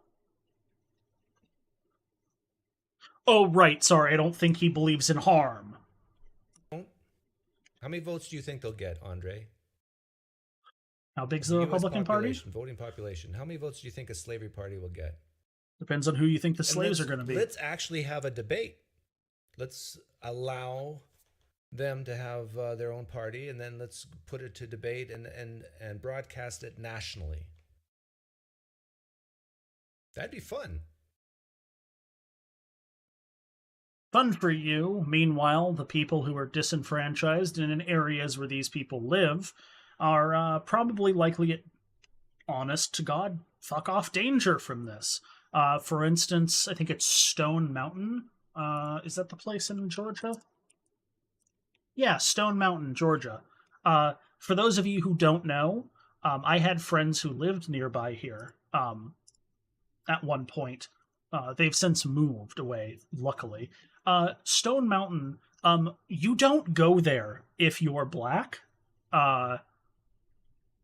after dark, because the KKK will kill you, because they come over here all the fucking time. And in case you're wondering what that's carved in to that mountain, those are Confederate leaders. Like, where is the mountain itself? Come on. Stone Mountain. Geography. Stone Mountain. Come on, guys. Known for.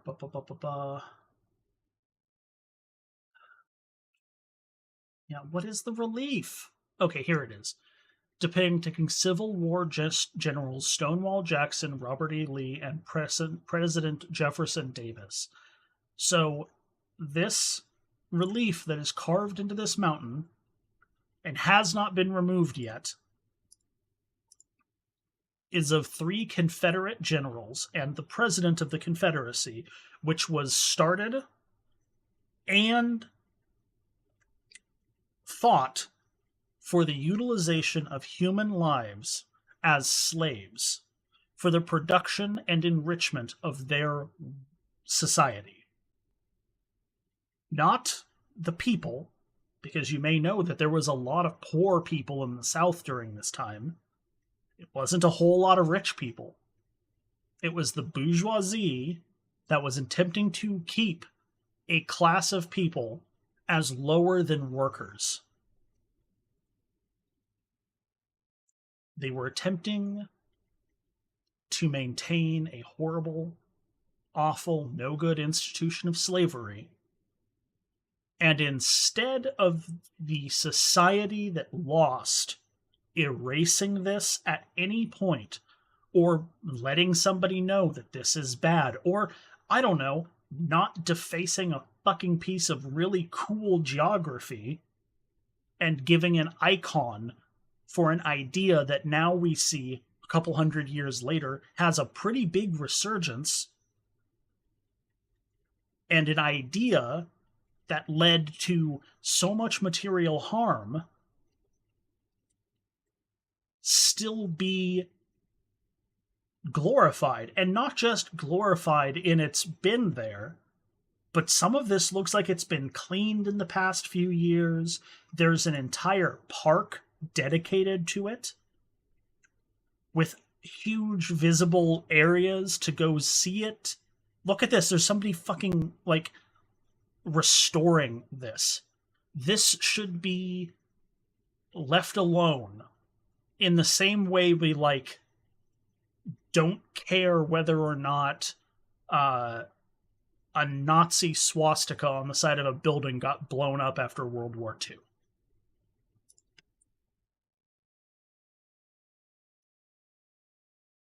Or do you actually think the Slavery Party will make some good points, and that's why you're scared? I'm not scared because I think they'll make good points. I'm scared because I hate think that crime they will isn't allow. like its own type of crime. It's a crime that I don't think they're. I'm not scared because I think they'll make a good point. I'm scared because I think that allowing that type of ideology to exist and manifest and have validation gives credence to those ideas. When we as a society have agreed that something is that bad, like slavery, like Nazism, like genocide, like indentured servitude, etc., etc., we should be able to leave that on the wayside of history, learn from it, and not give it credence in our society. I don't think there will ever be a time in the future where slavery can be justified. It's just not a thing that can happen. that already exists that you're doing as a product of that kind of demographic bias. I'm okay with that. The point of arresting and imprisoning people or whatever in an ideal system is rehabilitation. And Sure. I think people who kill or who rape or who harass or who deface or whatever as a product of racial hatred or whatever are further from being rehabilitated than people who do it for other reasons. False. Wrong. Fuck you. I'd like to see. I bet you he has zero evidence for this. Really? You think I he has bet zero you he has evidence zero on evidence. rehabilitative justice or punitive justice? In fact, I would say the opposite's true. I would say that it's far easier to rehabilitate people based on racial divides than, let's say, I don't know, power divides or envy divides or coveting divides or whatever. Weirdly religious language coming from an atheist. How do I know this? Well, look at our history. and Ah, yes, history, where the struggles of class and the struggles of power dynamics have often been solved, where race has not.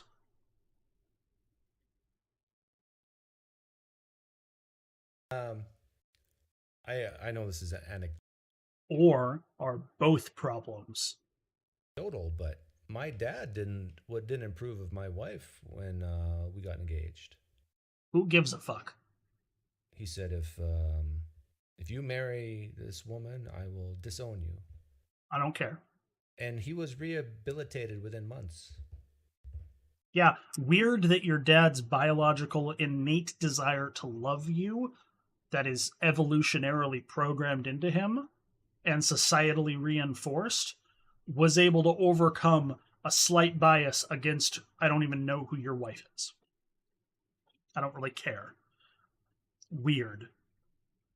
It's almost like the best way to rehabilitate people out of bad ideas is to talk to them one on one and make sure that they know and understand things that are personal to them. I think it was John McCain's daughter came out as a lesbian, and all of a sudden he like did a 180-degree flip on gay issues or something like that. Anyways, when it comes to interpersonal issues like that, it's very relatively easy, assuming you have a personal connection, to be changed on your ideas, especially when they're in the right, like when it's talking about who you should marry. Look at Daryl Davis, a black African American who is friends. Holy shit, he's a black African American? Oh boy, I was afraid he'd be purple. Yes, friends with members of the KKK. Yeah, was that the Rainbow Coalition guy? I forget. Who did he say about? Friends, a black African American. Look at Daryl Davis, a black African American who is friends, yes, friends with members of the KKK.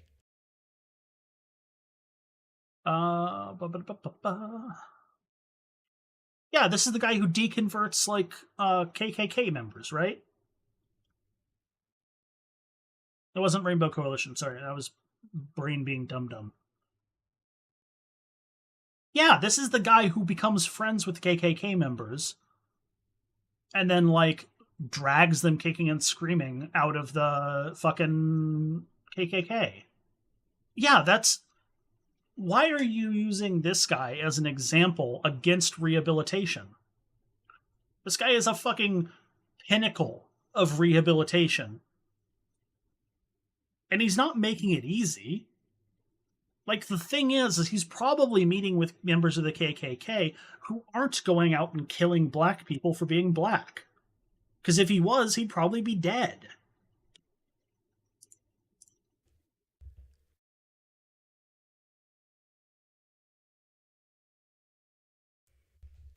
It's, you know how easy it is to rehabilitate based on racial divides? Get to know people of different races. All you have to do is play poker with them. Yeah. It's almost like if we lived in a homogenous society that didn't differentiate, that didn't have systemic issues that sidelined people and split them up into little boxes, we would be able to have a more homogenous society with less hatred. Weird. Go fishing with them. Find someone who's a different skin shade as you and go fishing. Go golfing. Go, hey, nice putt. Now, golf should be illegal. Barriers break down very. Golf should be illegal and only be allowed to be played virtually. Golf is an aberration and a sin against humankind. Quickly, once you actually. Scottish people, I don't hold you personally responsible for the invention of golf, though you are slightly culpable. Interact and make friends. Love you, Scots. Speaking, I think that people who act on who commit hate crimes are acting on like a higher and worse level of social maladjustment. So in that respect, that I disagree with. I think that's only true if you keep yourself in a very tight bubble, which is, my guess is what he's saying here is that if you hate certain races, you're going to keep yourself in a bubble. But it's really hard to live in a bubble in today's society. It's really not. It's really easy to live in a bubble in today's society. In fact, there are arguments I've seen that I lend some credence to, that it's actually easier to be in a bubble nowadays than it was 20, 30 years ago. Maybe there's a bit of a pendulum effect on bubbleage here, but like the ability to seek out communities that wholly agree with you and stay within those communities and leave anytime you want, or have moderation against people with disagreements, can actually be is actually a problem in society today. I don't think it's a pretty big one, but it is certainly able to stay in your own little echo chamber. I mean, that's what the fucking big problems with like Facebook are, right? It's a bunch of like insular communities, and it's one of the reasons the anti-vax community is so strong. It's because they ban anyone in their society, in their spaces, who are not on board, and so you don't get voices of disagreement in these communities. You just get a growing number of people who agree, and when you join one of these things saying, oh, maybe I have a doubt. I kind of felt bad after I got my first dose of the vaccine. Wonder why that is. And you get into an anti-vax group or a vaccine skeptical group, and suddenly, instead of learning that it was your body's immune system learning how to fight the virus, it's because of like thiosulfide mercury or whatever in your blood, and it's killing you slowly, and that you're going to die from blood clots going to your brain or shit. And it's all bullshit. But when you join a community of like, oh hey, I had this problem with the vaccine, and then every single person in that community tells you that you're going to be like dead, or it was like the Jews, or like the big government trying to do a depopulation plan, suddenly you get sucked in. And if you stay in that group long enough and talk to people and everybody's affirming the viewpoint that it's bad, like, it's really easy to get sucked in and go along with that, guys. I mean, for fuck's sake, I used to be a lizard person believing far right-wing nutbag when I was in high school, and God, now I'm not. But it was because of how I grew up and what I was listening to and who I was talking to in my life, and just like everything like that. It's all based on material conditions. And to refer to someone I respect greatly when it comes to thoughts about this, moral luck. That's like Nagel and Aaron. Pine Creek here had Aaron Rabinowitz. I think he's damn near a PhD in moral philosophy. He teaches at Rutgers. Super smart guy. Y'all should listen to him.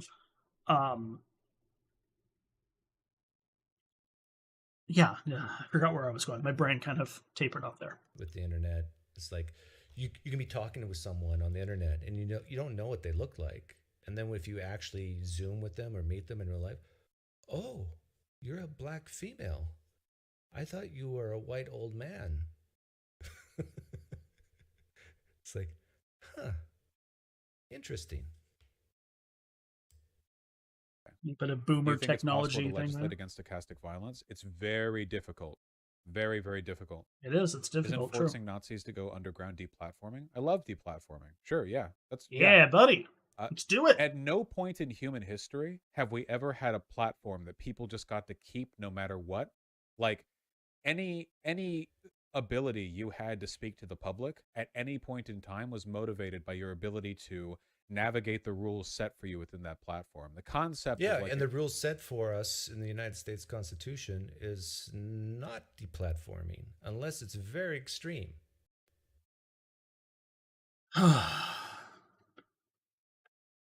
So this is probably a fundamental misunderstanding of how the Constitution actually works to protect free speech, that Doug here from Pine Creek doesn't understand, because he's not an American.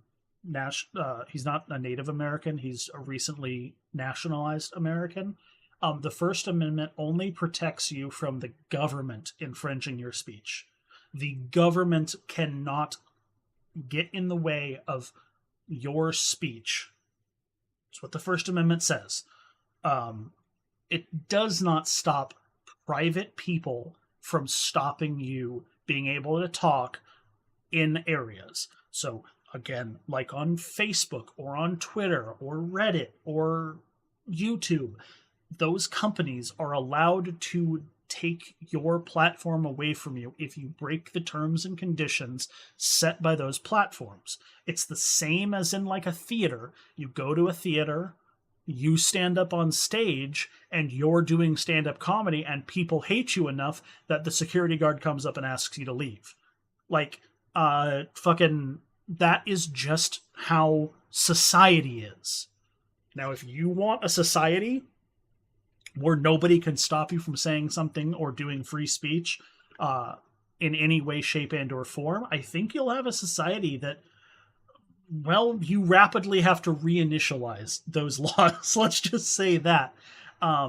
Because I imagine that you would get a lot of people who would start abusing that system of being able to say whatever they want, whenever they want, and however they want, wherever they want. I think you get a system where we've already seen this happen with all of the people who refused to wear masks in stores during the height of the pandemic.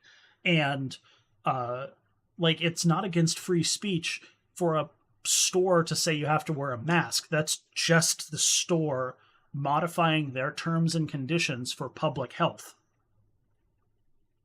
That's all that was. Which does get complicated.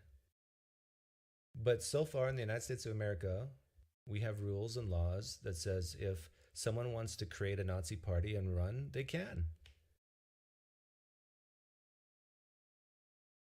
Right? Is there anything in the Constitution that says you can't form a Nazi party? No, they already have one. Good luck getting votes in the United States. Well, I mean, significant votes.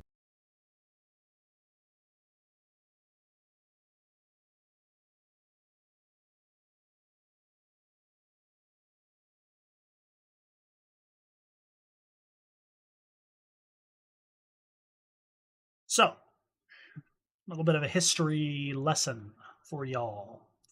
The Silver Legion of America, commonly known as the Silver Shirts, founded in 1933.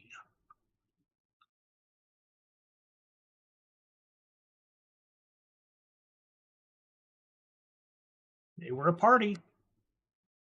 They were a far-right Christian party in 1930s America.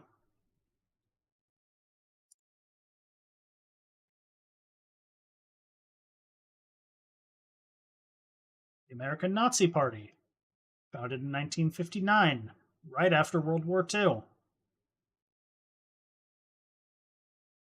That's right. There was a Nazi Party, 59, less than 10 years after we killed Hitler. You know, just the happy little things. All these guys have been beaten down.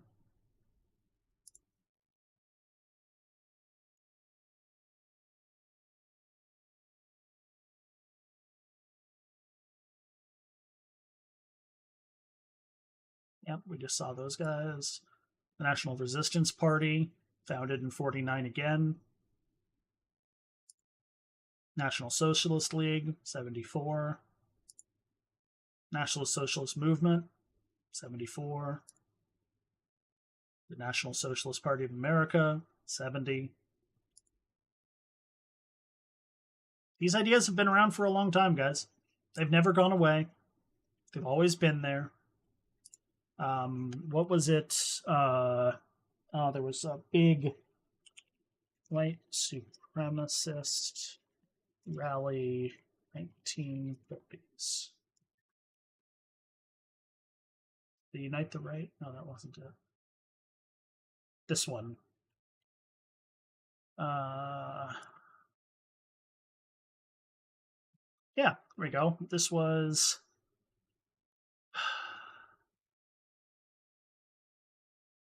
Was it the Pro-America rally? Yeah. Go to hell. So... Yeah, was the let's do pro America rally.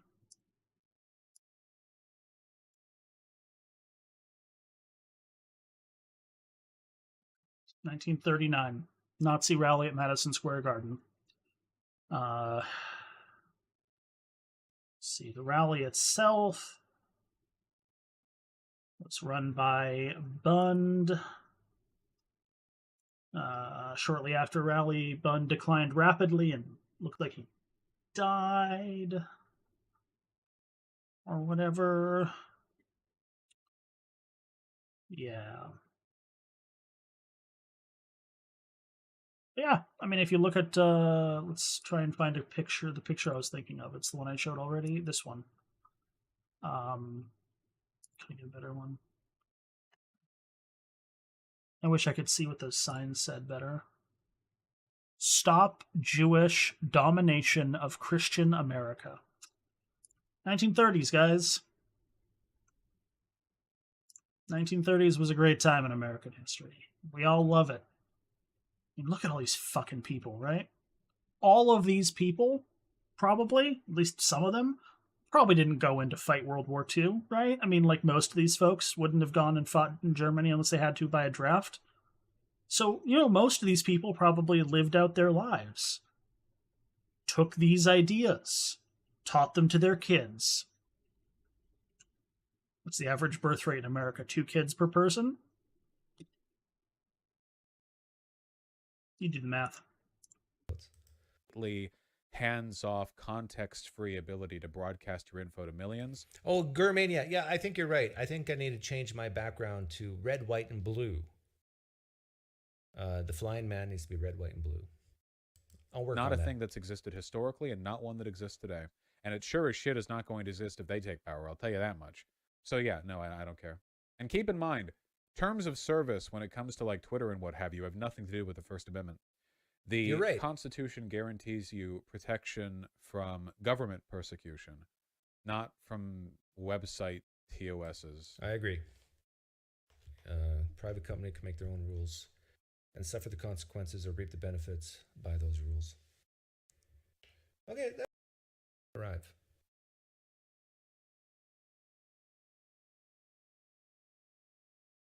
Okay, so his own audience thinks that like 0 to 25% primarily.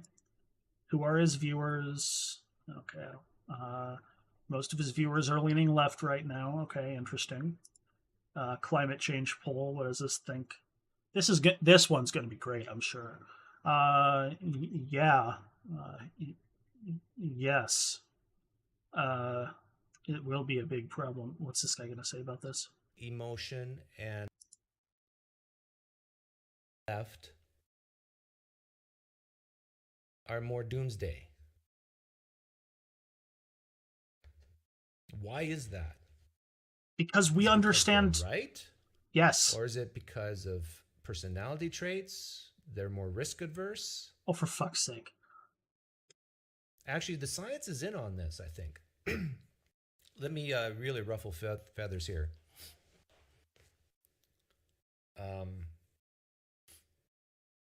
I'm going to let the vote go on. Hang on, Jack. I love you, Jack. No, I don't love you. I like you, Jack, but hang on, Jack. The line and hold the line. If you lean left, just hold the line. 6-to-1 times more divided. Same type of 2/3 of you lean left. Question for you. How do I phrase this without... Well, that's a great question. How do you phrase this? Kill me. Well, see, we don't believe in offensive violence, so we probably won't kill you. There have been scientific studies on emotion and... Oh, so he wasn't... Were you actually not going to talk about the science of climate change, but instead are going to talk about your perceived understanding of science of people who lean left? Is that what you were really about to do? It is incorrect to say that women are more emotional than men. However, it is correct to say that women tend to be more emotional than men when it comes to bad stuff And men tend to be more emotional than women when it comes to good stuff. Fact check me. What I just said is true. It is only true in the society that you currently live. It is because of societal conditioning that that is the perception. True. And we all love it. Most women lean left.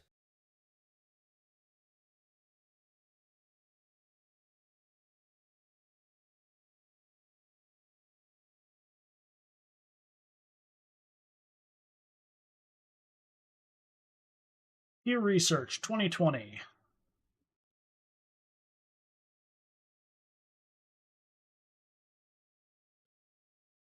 Didn't want voter turnout. Okay. Gender gap and party identification. In women, you've got 56% going Democrat versus men who are 42. Okay, there is a slight bias there. I'm going to guess it's probably because women are conditioned in our society to be more empathetic, and empathy correlates with, democracy, democratic values, liberal values, leftist values are correlated with empathy. Most women lean left in the United States. Most is incorrect, slightly over half. Most women tend to be more emotional on bad stuff. Again, this is just him fucking. Because most women in here. Stop talking about women. Isn't this interesting? This is climate change, you idiot. Five times more likely to say it's a major problem. 2 times more likely to say it's not if you lean right. Yeah, I wonder if it's because you guys don't understand how fucking science works. Start doing new here because it probably popped in. Jack off Just on? Okay, for fuck's sake. Is there anything unemployed comedian, whatever? Okay, I'm done with this. He's done. I'm done with him. He's done. We're all done. Let's look at a kitten. We're going to look at a kitten, guys. All right, folks. All right, kids. We're looking at kitten. I want a good kitten. Oh, this is a good kitten. This is a wild hair, kind of a scrungly but cute in a scrappy kind of way. This kitten will grow up to be majestic. That's what I'm saying. Look at this kitten. This kitten is calming. I am calm. Ooh, that was a long one, guys. I appreciate you sticking with me. This will go up on YouTube as my live VOD, and then I'm going to try and do like a couple of segments out of this. Hopefully I'll be back to stream in the next couple of days. We'll see how life treats me. And till then, I've been Jake. Have a